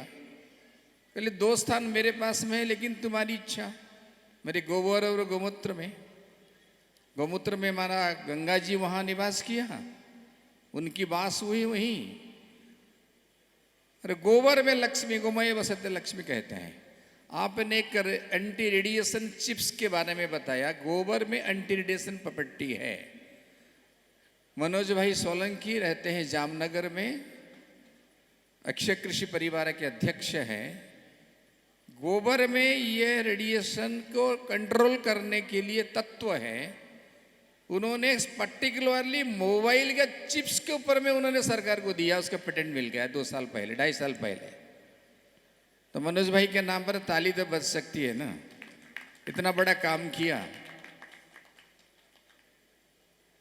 मोबाइल का एक छोटा सा चिप्स ये अमेरिका में 1000 रुपया में बेचता है। यहाँ पर आपने 50-60 रुपया, कहीं 100-150 रुपये में बेचते हैं। अगर 1,000 रुपया में एक चिप्स अमेरिका में बेचते हैं तो उस चिप्स का वजन करने से 1 ग्राम होता है। अगर 1 ग्राम का 1,000 रुपया हुआ तो 1 किलो का कितना हो गया बताइए, बोलिए। जब तक आप लोग नहीं बताएंगे तब तक हम आगे नहीं बढ़ेंगे। जोर से खड़े होकर बोलिए जी, मेरे तक आवाज आए। आप सबको मान्यता है। 100 रुपया में अगर बेचते हैं तो 1,00,000 रुपया होता है मेरी गैया मैया की 1 किलो का गोबर का दाम। छोटी सी गैया मैया, आज गीत गा रहे थे हमारे भैया कि छोटे छोटे गैया, उस छोटी सी गैया भी 5 किलो गोबर दिन में देती है तो 5 लाख रुपया केवल एंटी रेडिएशन चिप्स में है। बोलो गैया मैया की, तो है हो गया गोबर बसते लक्ष्मी। अब सोचिए, आपने कह रहे थे, मैंने थोड़े दिन पहले ही एक मैटरनल वार्ड में एक छोटी सी बच्ची को आशीर्वाद दीजिए कह कर कार्यकर्ता पकड़ के ले गया, मैं गया था। अब कल्पना ने एक छोटी सी नन्ही जान 3 दिन का केवल, उसके माँ के पास में 2 मोबाइल, क्षमा करेंगे 1 मोबाइल एक छोटा सा आईपैड था जिसमें खुद फोटो उठा करके अपनी माँ को भेज रही थी, उसके भांजी, उसके भतीजी, 3 डॉक्टर। हम गए थे तो कुछ डॉक्टर साथ में चले गए थे, कुछ नर्स भी थे, मेल एंड फीमेल्स। ऐसे हम लोग 9 लोग थे उस कक्षा के अंदर में। 11 इंस्ट्रूमेंट्स थे। 11 इंस्ट्रूमेंट्स के रेडिएशन उस नन्ही सी जान को कितने कष्ट देते होगी आप सोचिए। अगर उसी मैटरनल वार्ड में गाय के गोबर के मूर्ति या गोबर भी देसी कहते हैं, मैं तो भारतीय कहता हूं, देसी नहीं कहता हूं, तो भारतीय अपने भारत माँ की गोद में जो खेल रही है और भारत खुद ही जिसके गोद में है, ऐसे गैया मैया के गोबर को ऐसे उठा करके आप उस मैटरनल वार्ड में रख दीजिए, उस प्रसूति का गृह में रख दीजिए। वहां का टोटल रेडिएशन को कंट्रोल करता है केवल 200-250 किलो 250 वजन का गोबर। इसकी परीक्षण हुई, उसी परीक्षण का परीक्षा का पत्रक 3 मिनिस्टर के उपस्थिति में पत्रिका में आया। ये शक्ति है गौ माता का। अब सोचिए कि सारे देवताओं ने गौ माता के शरीर में जाके छुप करके रहा, तो वहां पर तो कबड्डी नहीं खेलते होंगे, ने ध्यान किया। आप शरीर में कहीं भी हाथ लगाएं, वहां पर एक देवता की शक्ति वहां पर विद्यमान है, उतने ही शक्ति गैया मैया के शरीर के अंदर है। तो आप सोचिए, राक्षस तो सबको कच्चा खा देते हैं, निगल लेते हैं, भगवान को भी नहीं छोड़ता है। भगवान ने कहा कि हमको नहीं छोड़ा, हमको छुपना पड़ेगा। असुर ने ये गोमाता को बद्ध नहीं किया, सारे देवता ने सुरक्षित रहे जब तक उनके शरीर में उतना ही पूरा ऊर्जा पूर्ति नहीं हुई, तब तो बाहर नहीं निकले। कहां से मिले? एक बार आप सब लोगों ने श्री सुरभे नमः इस मंत्र को गौशाला में बैठ करके सवाला करके देखिए, उसके बाद में आपका क्या परिवर्तन, आपका परिवार का क्या परिवर्तन होता है देखना, लिखना कागज में। साल भर हर साल गो नवरात्र में करते चलिए, केवल आपके लिए नहीं है, संस्कार के लिए भी बहुत बड़ा विषय हो जाएगा। असुरों ने गोमाता को नहीं मारे, नहीं काट के खाए। आज के दिन में आप व्यथा मन का प्रकट कर रहे थे। हर कोई महीना ऐसा नहीं है कि आपका एक फोन मेरे को आता है और कभी आता है। आजकल मैं डरता हूं आपकी फोन उठाने के लिए, इनसे डर नहीं है। कहीं भी फोन होता है तो गोचर के बारे में बोलते हैं, जैसे आप प्लांट के बारे में बता रहे थे, कहीं कट रही है, कहीं कैसा हो रहा है। बोले ये व्यक्ति सोता है कि क्या करता है? हर जगह में मैं आपको प्रश्न पूछता हूं, भारत को कौन से संबोधन है? जैसे कहते हैं धर्मभूमि, कहते हैं भारत एक धर्मभूमि है, और कौन सी संबोधन होती है? आपको बोलना पड़ेगा, जोर से बोलना पड़ेगा, नहीं तो आचार्य जी को बोलना पड़ेगा। हाँ जी, देवभूमि कहते हैं, और क्या कहते हैं? आपको हो गया, एक बार बोलेंगे मातृभूमि है, ठीक है। और कोई बोलिए खड़े होकर के। भाषण सुनने के लिए केवल आने से नहीं चलेगा, you have to do it. माँ की काम करनी पड़ेगी। हाँ जी, आर्य भूमि कहते हैं, धर्मभूमि कहते हैं, कर्मभूमि कहते हैं, देवभूमि कहते हैं, मोक्ष भूमि कहते हैं। भारत यही बड़ा भूमि है जिन्होंने कि जगत को यहीं से, इसकी पुत्रों ने, पुत्रियां ने जगत के लिए काम किया। जगत इसलिए जगत गुरु मानता है भारत को। अब सोचिए, इस प्रकार का पवित्र धरती में पवित्र देवी नारायणी सदृश गोमाता का रक्त हर दिन यहां पर गिरता है। मेरी धरती मैया गैया मैया के रक्त में स्नान करती है। कभी भी हमारा कल्याण हो सकता है क्या? बोलिए थोड़ा सा जोर से। मेरे पास में आवाज नहीं पड़ रही है। ऐसा लगता है कि जर्सी की दूध पक्का पी करके आए हैं, गाय का दूध नहीं पिया है। ये बंद होना चाहिए। ये बंद होने के लिए सरकार का भी दायित्व है, संतों का भी दायित्व है, हमारा भी दायित्व है। गांव में रहने वाला, वनवासी क्षेत्र में रहने वाला, झोपड़ी में रहने वाला, साथ साथ है ये जितने सब इधर उधर की मीडिया के नाम पर हलचल करते हैं, होते हैं, उनका भी दायित्व है। हम कह सकते हैं कि बड़ा दायित्व है इस मीडियाओं का। प्रत्येक व्यक्ति, ये गोमाता उसके जीवन के अंदर है, हमारा जीवन है। एक दो तीन उदाहरण देके मैं समाप्त करता हूं। यहां पर कुछ भाई बहन बैठे हैं जिनकी शादी नहीं हुई है। यहां पर कुछ ऐसे बैठे हैं जिनकी शादी हो गई है।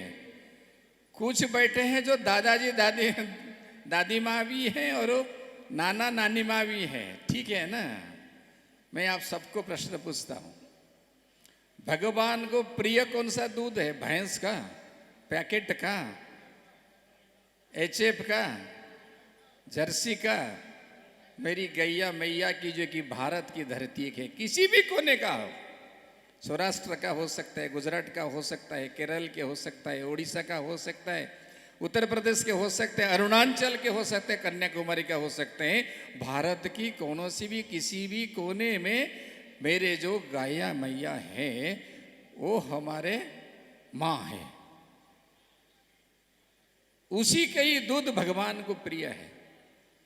आज हम नाश्ता कर रहे थे, भाई साहब सामने बैठे हैं और दो तीन बंधु साथ में बैठे थे। पंचामृत की विषय है। दूध, दही, घी, ये पंचामृत के तीन बहुत बड़ा अंग है। शर्करा की व्याख्यान आपने कर रहे थे, शर्करा क्या हो सकता है? अपनी गैया मैया की दूध, दही, घी के साथ में जो शहद मिलता है उसको जो मिलाया जाता है, मधुमक्खी ने जिस पुष्प से मधु संग्रह करते हैं, उस पुष्प जो पौधे में है, उस पौधा जो जमीन में खड़े हैं, उस जमीन अगर यूरिया, डीएपी, पेस्टिसाइड्स का है, वहीं से मधु जो मिलता है वो भगवान को प्रिय नहीं है। वो पंचामृत भगवान को देने से वहां पर मंगल होगी नहीं, अमंगल ही होगी। कोई भी आचार्य कितने भी जबरदस्त मंत्र उच्चारण किया और वही पंचामृत को दिया, भूमिगत हो जाएंगे, नहीं तो वापिस चले जाएंगे।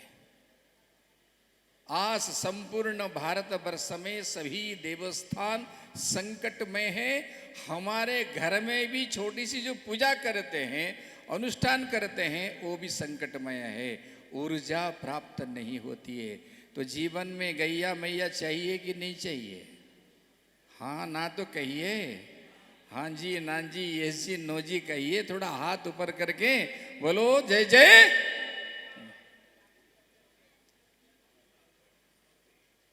एक माता भगिनियों को कहता हूं, पहले से आपके पास चरणों में प्रणाम कर कहता हूं, क्षमा मांगता हूं।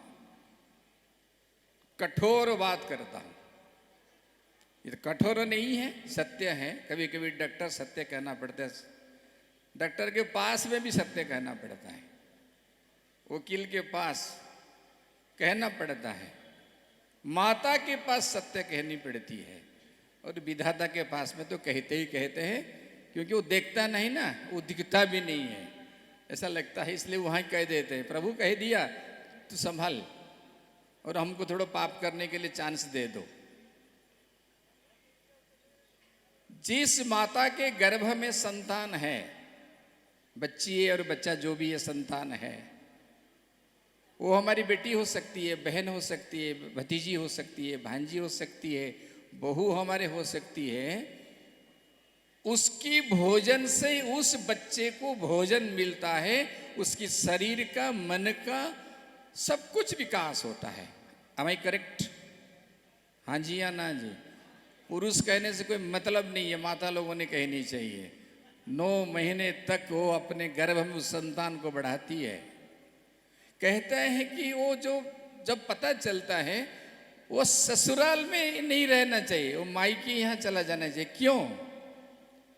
अगर वो माँ ने, जो माँ बनने वाली है, उसके मन शांत नहीं है, वो खुश नहीं है, कहीं थोड़ा सा पीड़ा है तो पीड़ा यहां पहुंचती है जहां से नवनिर्माण होता है। उस नवीन संतान जो आगे चल करके हमारे लाठी बन सकती है, हमारे साइंटिस्ट बन सकते हैं, हमारा संत बन सकते हैं, या हमारे एक बहुत बड़ा सामाजिक एक व्यक्ति बन सकता है, बन सकती है। ऐसा जो नवनिर्माण, उसी को कष्ट होता है। इसलिए कहते हैं कि माँ के घर में रहने से गाली गुलज नहीं होगी, सास ससुर कुछ न कुछ कह देंगे तो गड़बड़ हो जाएगी। नहीं रोना चाहिए। ऐसे ही गैया मैया भी नहीं रोनी चाहिए। आज मैंने गया गौशाला, यहाँ पर बड़े आग्रह में सब लोग गुड़ खिलाते थे, मगर मर जाएगी। कितना गुड़ खिलाना, कितना रोटी, तो उनका भोजन नहीं है, सब लोग रोटी ही खिला रहे थे। सवेरे मैंने देखा, मैंने 2 का पैर पकड़ने के लिए जा रहा था, खिलाओ मत, इसके जो भोजन है ना उसको वही भोजन खिलाओ। घास है, घास खिलाओ ना, सामने तुम्हारा रखा हुआ है। किसने बता दिया कि पहली रोटी तुमको? एक जमाने था कि कह दिया, लेकिन पहली रोटी मतलब आज जितने भी रिक्शा चलता है, लाखों की संख्या में घर से रोटियां कलेक्शन होकर गैया में कि खोलते हैं, खिलाते हैं, वो पेस्ट बनता है, उसकी बीमारी चालू होती है, जुगाली नहीं कर पाती है। ध्यान रखिए, सतर्क रहिए। रोटी उसका भोजन नहीं है। 2-4 बार खिला दिया, 2-3 खिला दिया, ठीक है। आप एक एक निकालते हैं, गांव में सारा 5-6 ट्रलियां निकलती है, खिलाते हैं, गलत है। उसमें सब्जियां कुछ कुछ डाल देते हैं, नहीं है, गलत है, ये महापाप है, कभी भी मुक्ति नहीं मिलेगी। उसी माँ को, जो माँ जन्म देने वाली है, उसको कौन सा दूध पिलाना चाहिए? जर्सी एचएफ पैकेट का, भैंस का? नहीं ना। मैं तो आपको खड़ा नहीं कर रहे हूं मेरी माँ, नहीं तो खड़ा करके पूछता कि जितने संतान तुम्हारी हुई है, अपने बहुओं को, बेटियों को कितना दूध पिलाया? हिम्मत है, उन्होंने हाथ नहीं ऐसा किया, तो इसका अर्थ है कि उन्होंने दूध पिलाया है गाय माँ का। अगर हम हमारे संतान को देते हैं तो उस माँ को देते हैं, परिवार में भी चलेगा। जिस परिवार में ये अन्न आता है, गो आधारित भोजन, गो आधारित पूजन बंधन, जो आज घी की यहाँ पर हवन कर रहे थे, जिस कंडे में हो रहे थे, वो जो राख है, या 2-3 साइंटिस्ट बैठे हैं, आप भी बैठे हैं, आप भी बैठे हैं, निकट हैं, तो आप पूछिएगा, वो जो राख है ना, एक चुटकी राख एक गिलास पानी में मिलाते तो 48% ऑक्सीजन बढ़ जाता है। उसको कई प्रकार का उत्पाद तैयार होती है। अगर उसको सीधा दंतमंजन करते हैं, कभी भी डेंटिस्ट के पास में, एलोपैथिक लोगों के पास में जाना नहीं पड़ेगा। आप कह रहे थे वो कसाई से कम नहीं है एलोपैथिक डॉक्टर, सही में उनकी जेब में भरते हैं। हर साल रोगी बढ़ते हैं, हर साल रोग बढ़ते हैं, हर साल बेड बढ़ते हैं, हर साल हॉस्पिटल, नर्सिंग होम बढ़ते हैं। तो भारत रोग मुक्त अगर होना चाहिए तो मेरी गैया मैया के शरण में आना पड़ेगा। एक सरकार के 2-3 अधिकारी थे, अगर कहीं आजू बाजू में मीडिया वाला कहीं भी स्टॉल में होंगे, मैं आपके माध्यम से सरकार को बताना चाहता हूँ, सरकार का जो काम करना चाहिए वो करना चाहिए, जो हमको करना चाहिए हमको करना चाहिए, संत महात्मा को जो करना चाहिए वो करना चाहिए। संत ने महात्मा ने कहेगा, सोचिए उन्होंने कहे मेरे जितने भी शिष्य हैं कोई भी दूसरे दूध का व्यवहार नहीं करना चाहिए, पूजन में, चाहे अर्चन में, चाहे भोजन में, चाहे अतिथि सेवा में। आप बताइए कोई उनके शिष्य गलत काम कर सकता है? नहीं कहते हैं, कहना पड़ेगा। संतों की जो करना चाहिए संतों को करनी पड़ेगी। खुद कहेंगे कि दूध जो है ना अगर ये गाय का नहीं है तो मेरे को मत दो, एक गिलास जल पिला दो। अगर गैया मैया का नहीं तो विश्वानंद के ऊपर में या ज्योतिर्लिंग के ऊपर में या कन्हा के पास में। मजेदार विषय पता, मेरा केंद्र अभी मथुरा हुआ है, मैंने गया दर्शन के लिए जन्मभूमि। जन्मभूमि में दर्शन किया तो मेरा परिचय हो गया, तो वहां विश्वानंद परिषद कार्यकर्ता बैठे थे, उन्होंने अंदर से थोड़ा मक्खन और मिश्री निकाल करके मेरे को दिया। पूजक है वहां पर पालती मार के बैठे हैं, मेरे से आयु में बड़े हैं। मैंने ऐसे ही मजा से कहा आपने मक्खन मिश्री अंदर से दे रहे हैं क्या? वही मक्खन जो जसोदा मैया ने दधी को मंथन करके मक्खन निकाला और कन्हा को खिलाया, वही है क्या? महाराज श्री ने कहा रुक, वो अंदर में चुपचाप रख दिया, 2 मिश्री उठा करके मेरे हाथ में दे देगा, ये ऑर्गेनिक है। ब्रजभूमि जिसमें गोपाल का नाम आया, कृष्ण का, जिसे गोमाता के कारण आए, उसको तुम जर्सी का या भैंस का पता नहीं किसका मक्खन चढ़ाते हैं, संकोच भी नहीं है। इसको सरकार को भी देखना है, संत महात्मा देखना है, हमको भी देखना है। पुजारी को पुजारी कर कहेंगे ना ये मक्खन नहीं चलेगा, ये दूध नहीं चलेगा, ये घी नहीं चलेगा, ये बीटी कटन वाला, ये जो लाइलन वाला जो बत्ती है, कल मैंने देखा, मैं आपको सतर्क करता हूं, यहां पर जो था तेल था, कौन सा मेरे को तो ध्यान में नहीं आया, शायद मूंगफली की तेल थी, लेकिन उसमें जो बत्ती था वो बत्ती स्वदेशी नहीं है, वो अपना धरती का नहीं है, वो नहीं जलाना चाहिए। यहां पर अगर यहां पर लगाते हैं तो पाप करते हैं, बंद करना पड़ेगा, हमको यही करना पड़ेगा, यहीं से स्टार्ट करनी पड़ेगी, नहीं तो हिंदू का नाम बदनाम हो जाएगा। सरकार को सोचना पड़ेगा। यहां पर जितने जर्सी एचएफ है, जितने जर्सी एचएफ का सीमेन है, उनको दीजिए, आपत्ति नहीं है, लेकिन मेरा धरती क्या कोई एक भी गाय को तुम जर्सी एचएफ का सीमेन दे करके दूध बढ़ेगा, ऐसे भ्रम प्रचार। जिस दूध में BCM7 का जो विटामिन है, जो कि सीधा सीधा कैंसर करता है, स्टोमक में जाते ही ब्लड में जाता है, कैंसर तैयार करता है, ऐसा दूध बढ़ाने की चक्कर जो करते हैं, ये बंद होना चाहिए, सरकार का काम है। नंदी की उपलब्ध करवाना चाहिए, ब्रीडिंग सेंटर जिसको संवर्धन केंद्र कहते हैं, ये सरकार का काम है। एक भी बुचर खाना नहीं रहना चाहिए, एक भी कसाईयों की खाना नहीं चाहिए, ऐसा सरकार का काम है। लेकिन हमारा काम है, किसान को, गोपालक का, सभी हिंदुओं का काम है, भारतीय लोगों का, एक भी गाय घर से बाहर नहीं निकलनी चाहिए। अगर घर से बाहर नहीं निकलेगा तो कसाई का बाप भी एक टुकड़े मांस के लिए तरस जाएगा। दिन अगर चाहिए तो बाहर जाके करेगा, हिंदुस्तान छोड़ के चला जाएगा। संकल्प करना है हम सब लोगों को, उसी के अंदर में पशु नहीं दिखना चाहिए। 2 अधिकारी के साथ में बता रहा था, मैंने उनको पूछा, उन्होंने कहा कि 19.4 करोड़ गाय इस समय भारत में है। मैं तत्काल एक कार्यकर्ता को कहा, छोटा सा कार्यकर्ता, बोले पूछो इनको भारत के इसमें कितना है, विदेश का कितना है। सिर खुजा खुजा कर उन्होंने कहा कि 4 शायद है, मतलब 4 करोड़ के आसपास हमारा है, बाकी 15 करोड़ क्या है। सरकार उसको गाय नहीं कहना चाहिए, कहेंगे तो मेरी सरकार भारत का नहीं है, वो विदेश की सरकार होना चाहिए। आप बोलेंगे कि तुम इतनी बड़ी कैसे बात कर दिया, कर रहा हूं ना। हमारा क्या काम है? हमको ऐसे गायों को, आज एक फिल्म फेस्टिवल में काम करने वाला एक व्यक्ति, फिल्म तैयार करने वाला एक व्यक्ति हमारे सवेरे बैठक में थे। जब उन्होंने मेरे को कुछ दिखाया, मैं आश्चर्य हो गया। हम लिए कौन से फेस्टिवल की बात कर रहे हो? ये जर्सी फेस्टिवल है कि गोमाता के फेस्टिवल की बात कर रहे हो? ये शर्ट फिल्म गोमाता के ऊपर है कि जर्सी एचएफ के ऊपर है? वो सिर में हाथ लगाया, कहले मेरी इतनी पैसा खर्चा हो गया, तुम्हारा करोड़ों की जो पैसा है ना, उसको एक बार धरती में खत्म कर दो। संकल्प किया कि एक भी में मैंने बाहर निकालने नहीं दूंगा। जिसमें ऐसा चित्र है उसके नाम पर तो ताली तो बजनी चाहिए, जिन्होंने गोमाता के ऊपर इतना बड़ा काम करता है। केवल भाषण से काम नहीं चलेगा, केवल भाषण से करनी पड़ेगी। महाराज श्री विराजी,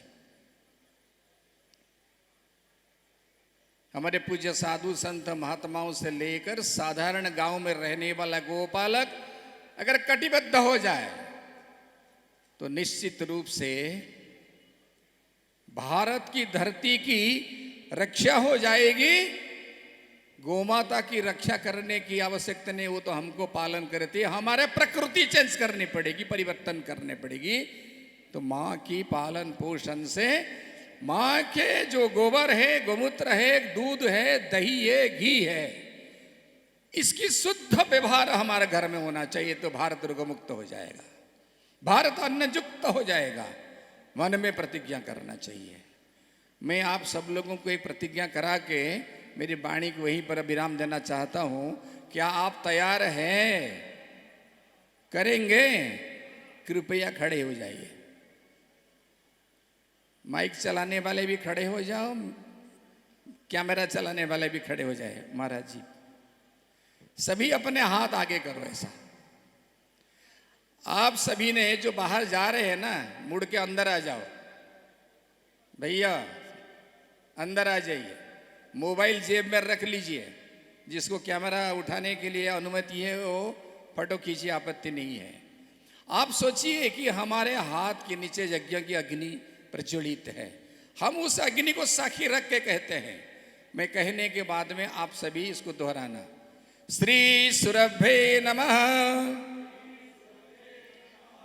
गो जन राष्ट्र जगत हिताय च अहम संकल्पम करिष्ये।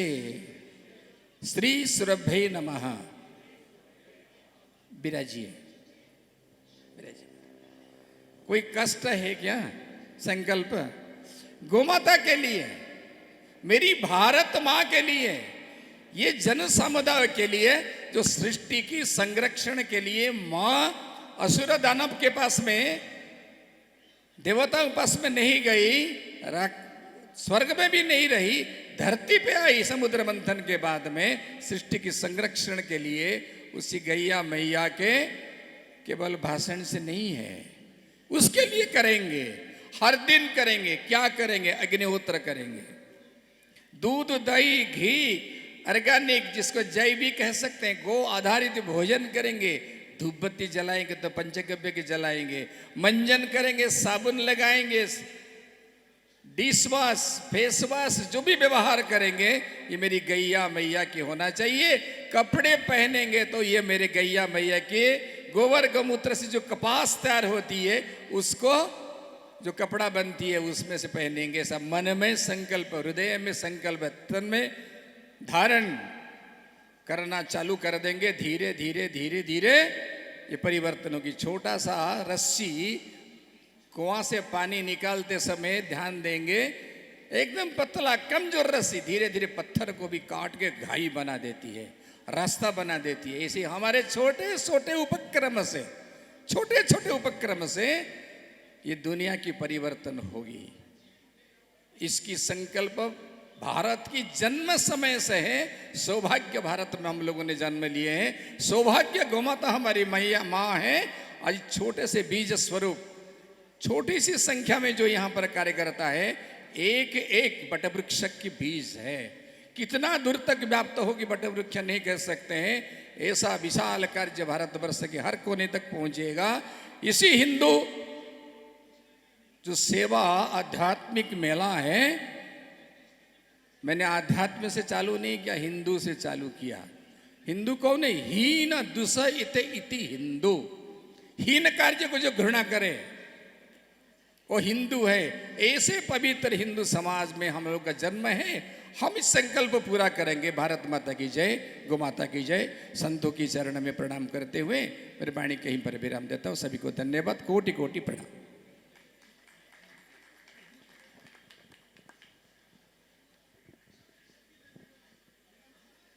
धन्यवाद माननीय अजीत जी। आज के इस कार्यक्रम में निमंत्रण पत्रिका में हमने लिखा था संत सानिध्य सबसे प्रथम पंक्ति में, और कार्यक्रम के प्रारंभ में उत्तम जी ने जो पीड़ा व्यक्त की थी, और उसके बाद माननीय अजीत जी ने पीड़ा के साथ में हमारा कर्तव्य क्या है ये भी हमें ध्यान दिलाया था। और जो माननीय अजीत जी ने हमसे अपेक्षा की है वो हम पूर्ण कर सकें, हमारे आने वाले जीवन में गाय का महत्व हो सके, इसके लिए बहुत सारी बातें होती हैं, और उनमें से एक है संत का आशीर्वाद।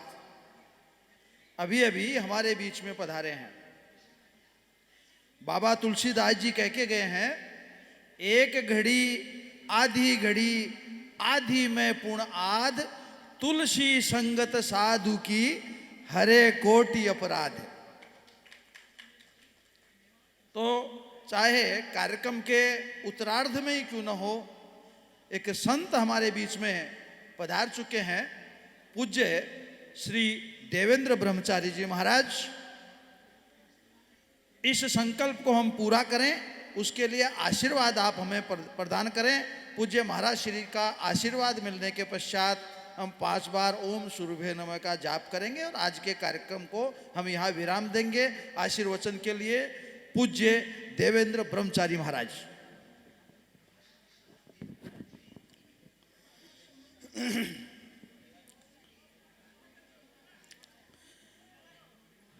सभी से पहले तो आज जो हमारी राष्ट्रमाता हैं, जिन्होंने हमें माँ का दूध अगर कम पड़ जाता है तो वो गौ माता हमें दूध अपना देके हमारे जीवन को हष्ट पुष्ट तंदुरुस्त करती है।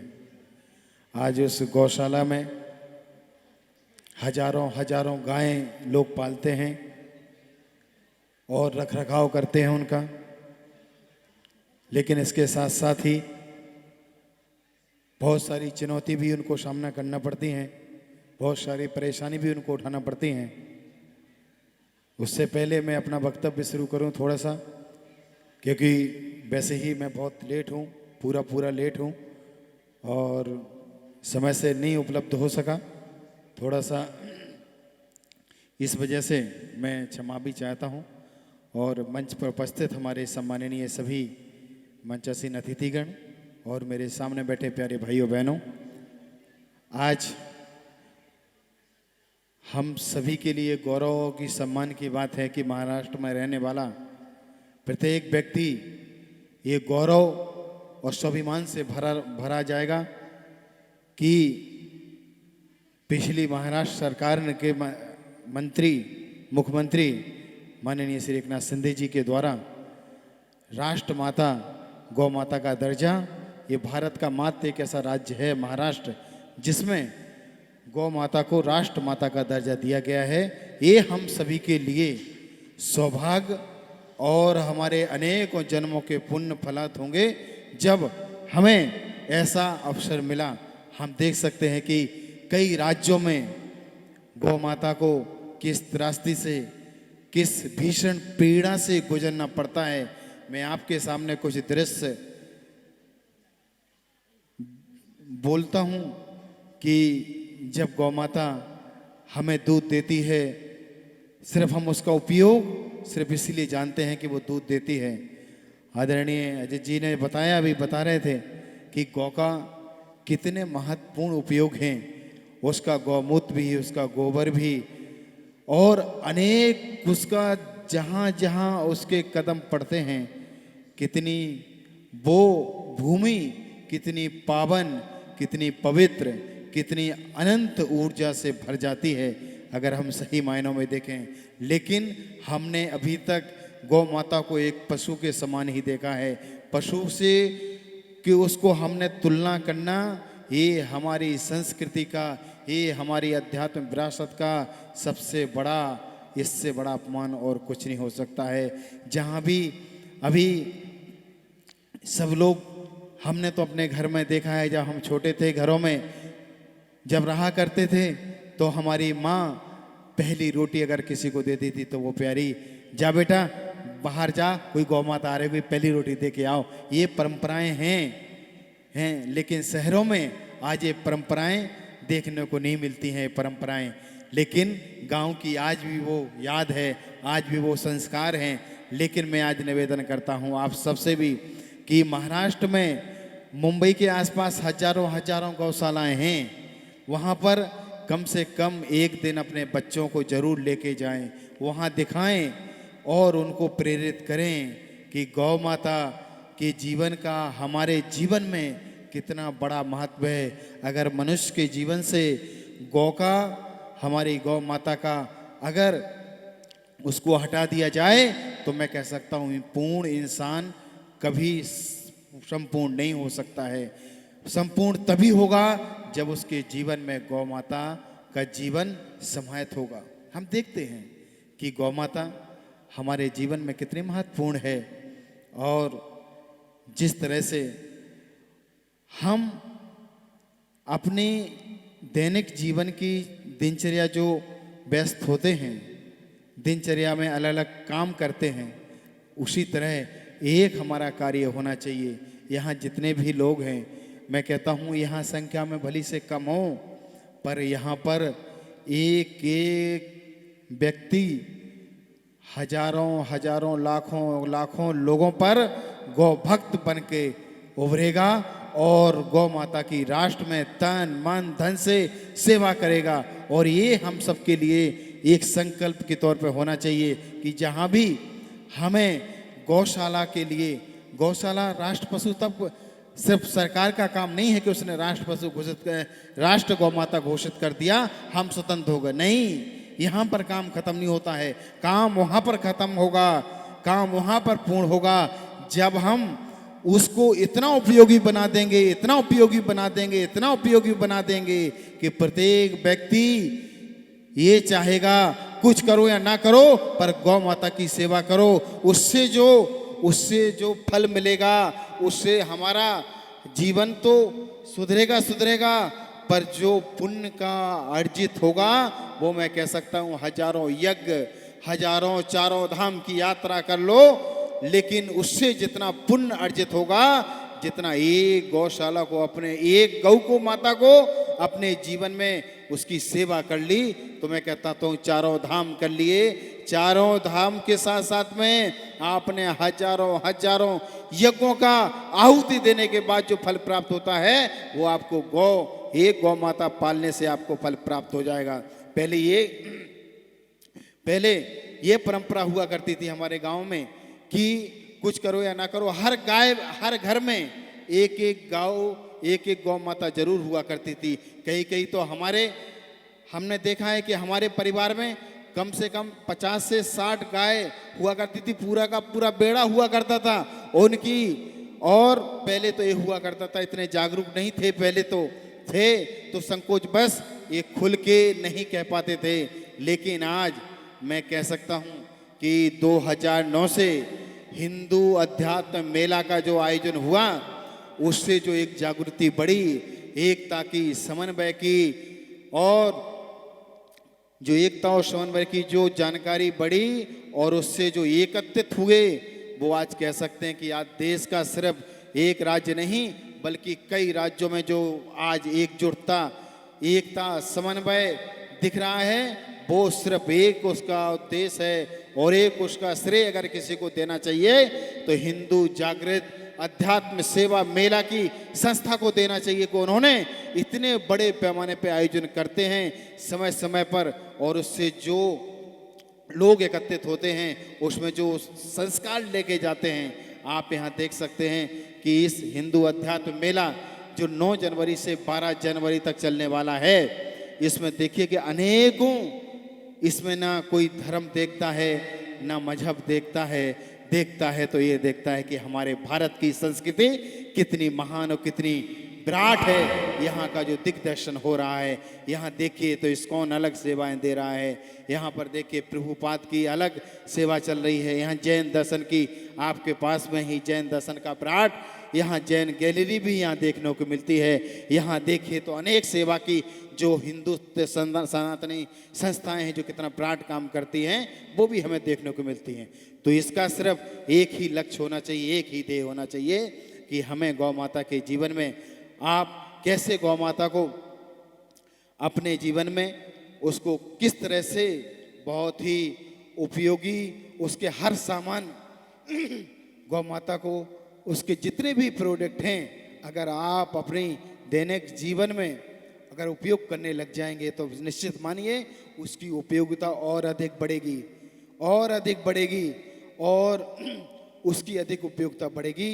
तो ये मान के चलिए कि हमने अपने जीवन में बहुत अच्छे कर्म, बहुत अच्छी भावना के साथ हम निश्चित ही गौ माता के लिए हम सभी को उसके लिए एकजुट होकर, मैं अभी भी आप सबकी जानकारी के लिए बता देता हूँ कि अभी फरवरी माह में ही यहाँ पर महाराष्ट्र में जो सड़कों पर और जो दूध नहीं देती हैं गायें, ऐसी गाय माता को हमने फरवरी में तलासरी के पास एक 15 एकड़ की ज़मीन हमने ऑलरेडी हमारी संस्था ने ले रखी है। वहाँ पर सिर्फ इसी का ही भरण पोषण होगा, इसमें कोई हम आर्थिक दृष्टि से नहीं उसको एकत्रित करेंगे। अरे जब बूढ़े माँ बाप हो जाते हैं, जब उनके हाथ पैर काम नहीं करते हैं तो क्या उनको घर से निकाल देते हैं क्या? नहीं ना। तो गाय दूध नहीं दे तो इसका मतलब ये थोड़ी है कि वो सड़कों पर घूमे, लोगों की दर दर की ठोकरें खाए हैं। हमारी भारतीय संस्कृति, हमारी सनातन संस्कृति इतनी ओछी और इतनी संस्कारहीन नहीं है। हमें बचपन से सिखाया जाता है कि वसुधैव कुटुंबकम, हमें राष्ट्र सर्वोपरि है और राष्ट्र की जो संस्कृति है उसमें एक गौ माता को पालन करना भी हमारी संस्कृति है। तो ऐसी हमने करीब करीब 300 गायों को हमने वहाँ पर फरवरी से वहाँ पर उनका भरण पोषण सब कुछ वहाँ शुरू हो जाएगा। और ये आपको जानकर और उसकी सारी की सारी सेवाएं आपको उसका कोई चार्ज नहीं देना है, सब मुफ्त में हम उसकी फ्री जो भी उसकी कॉस्ट होगी सब मुफ्त में करना, किसी से कोई लेना देना नहीं है उसमें। तो ऐसी अनेकों आने वाले समय में गौ माता के लिए कार्य होने वाले हैं। आज यहाँ उपस्थिति से हम सभी जो मंच पे अतिथि हैं उनका सुनने का सौभाग्य तो नहीं मिला, पर मैं इतना मानता हूँ कि जितने भी यहाँ पर स्वयंसेवक और राष्ट्र निर्माण में जिनकी बहुत बड़ी भूमिका रहती है, जो राष्ट्र में प्रथम राष्ट्र की भावना जो ओतप्रोत है, ऐसे हमारे सभी आदरणीय मंचासीन अतिथि और यहाँ देश से पहुँचे इसलिए पुनः आपसे क्षमा और सभी से लिए कि अपने जीवन में राष्ट्र भावना को सर्वोपरि मानते हुए गौ माता को प्रथम लक्ष्य ध्यान में रखते हुए आप आगे बढ़ें। मेरी अनेकों शुभकामनाएं हैं। जय श्री राम, जय महाराष्ट्र, जय जिनेंद्र। धन्यवाद। महाराज श्री एडवोकेट विवेक जी त्रिपाठी हमारे बीच में उपस्थित हैं। एडवोकेट विवेक जी त्रिपाठी, एक दो परिचय आप सब लोगों से मैं, हमारे बीच में श्री गणेश जी परब अपने स्थान पे खड़े हो जाएंगे, विश्व हिंदू परिषद प्रांत गोरक्षा प्रमुख, एवं श्री प्रभाकर जी शर्मा, राष्ट्रीय स्वयंसेवक संघ गो सेवा गतिविधि गोरेगांव विभाग प्रमुख। हम सबको पूज्य महाराज श्री का आशीर्वचन मिला, इस संकल्प की पूर्ति को हम कर सकें ऐसा उन्होंने हमें आशीर्वाद दिया। और जो एक ग्रंथ का विमोचन हमने मुख पृष्ठ का यहाँ किया, उस ग्रंथ को भी महाराज श्री का आशीर्वाद मिले। चूंकि महाराज श्री ये जो मेला आयोजन समिति है उसके आप माननीय मार्गदर्शक भी हैं, तो हमारे परिवार से हैं, लेकिन इस कार्यक्रम में आप पधारे हैं तो मैं संघ के अखिल भारतीय गौ सेवा प्रमुख माननीय अजीत जी से निवेदन करता हूं कि आप पूज्य महाराज श्री का वंदन करें, अभिनंदन करें और इस ग्रंथ के लिए आप उनको समर्पित कर आशीर्वाद आप ग्रंथ के लिए लें।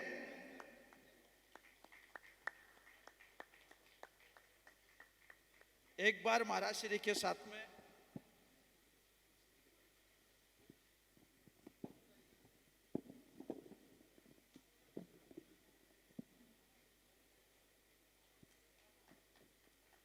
एक को साथ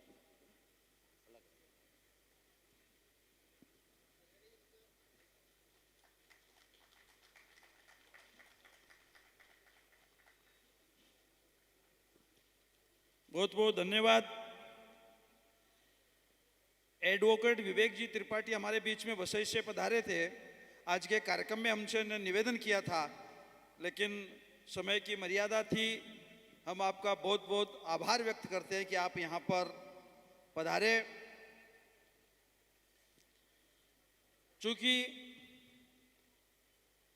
हम सब परिवार के सदस्य हैं, फिर भी अपने यहाँ पे पूजा तब तक पूर्ण नहीं होती जब तक उत्तर पूजा नहीं हो जाती है। आए हुए सभी देवताओं से हम विनम्र निवेदन न करें कि हमारे बुलावे पर आप आए और हमें आशीर्वाद दिया, अब आप यथास्थान पधारें। जब हम याद करें आप हमारे यहाँ पुनः पधारें। तो उत्तर पूजा एक औपचारिकता कि हमारे निवेदन पे आप सब लोग यहाँ पर आए, इतना अच्छा कार्यक्रम आपने विषय रखा, हम सब ने सुना। हम सब धन्यवाद के पात्र हैं। अपनी अपनी पीठ हम खुद ही ठोक लें, क्योंकि हम सब कार्यकर्ता हैं, गौ भक्त हैं। श्री दुबे जी आगे आएंगे, 5 बार गो सुरभि मंत्र का हम इनके पीछे उच्चारण करेंगे और आज की हमारी ये गो विद्वत सभा संपन्न होगी, ऐसा हम समझें।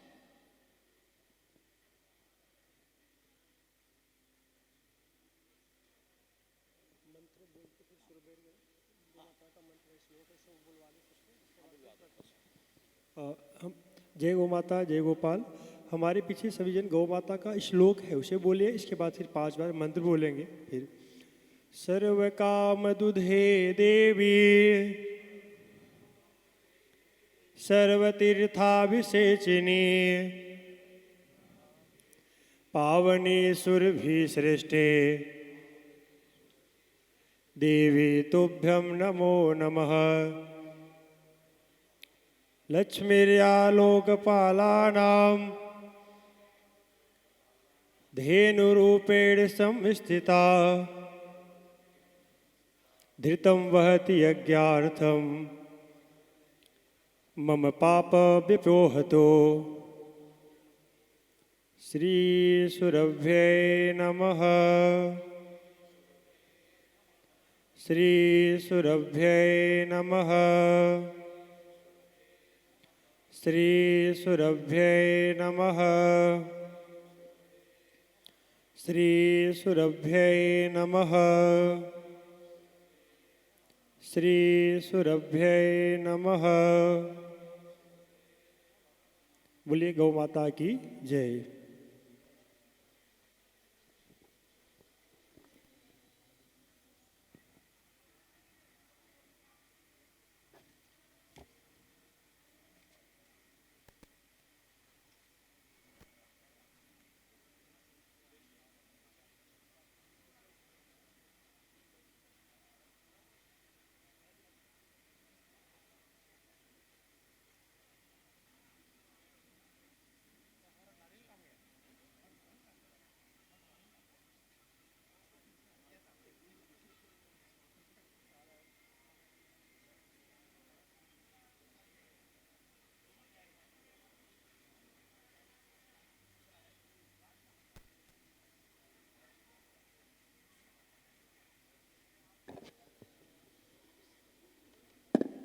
नारायण नारायण।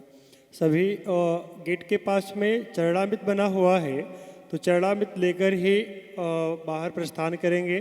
गौ माता के दूध, दही, घी और शहद और गुड़ से बना हुआ चढ़ामित है। चढ़ामित लेकर ही बाहर प्रस्थान करेंगे।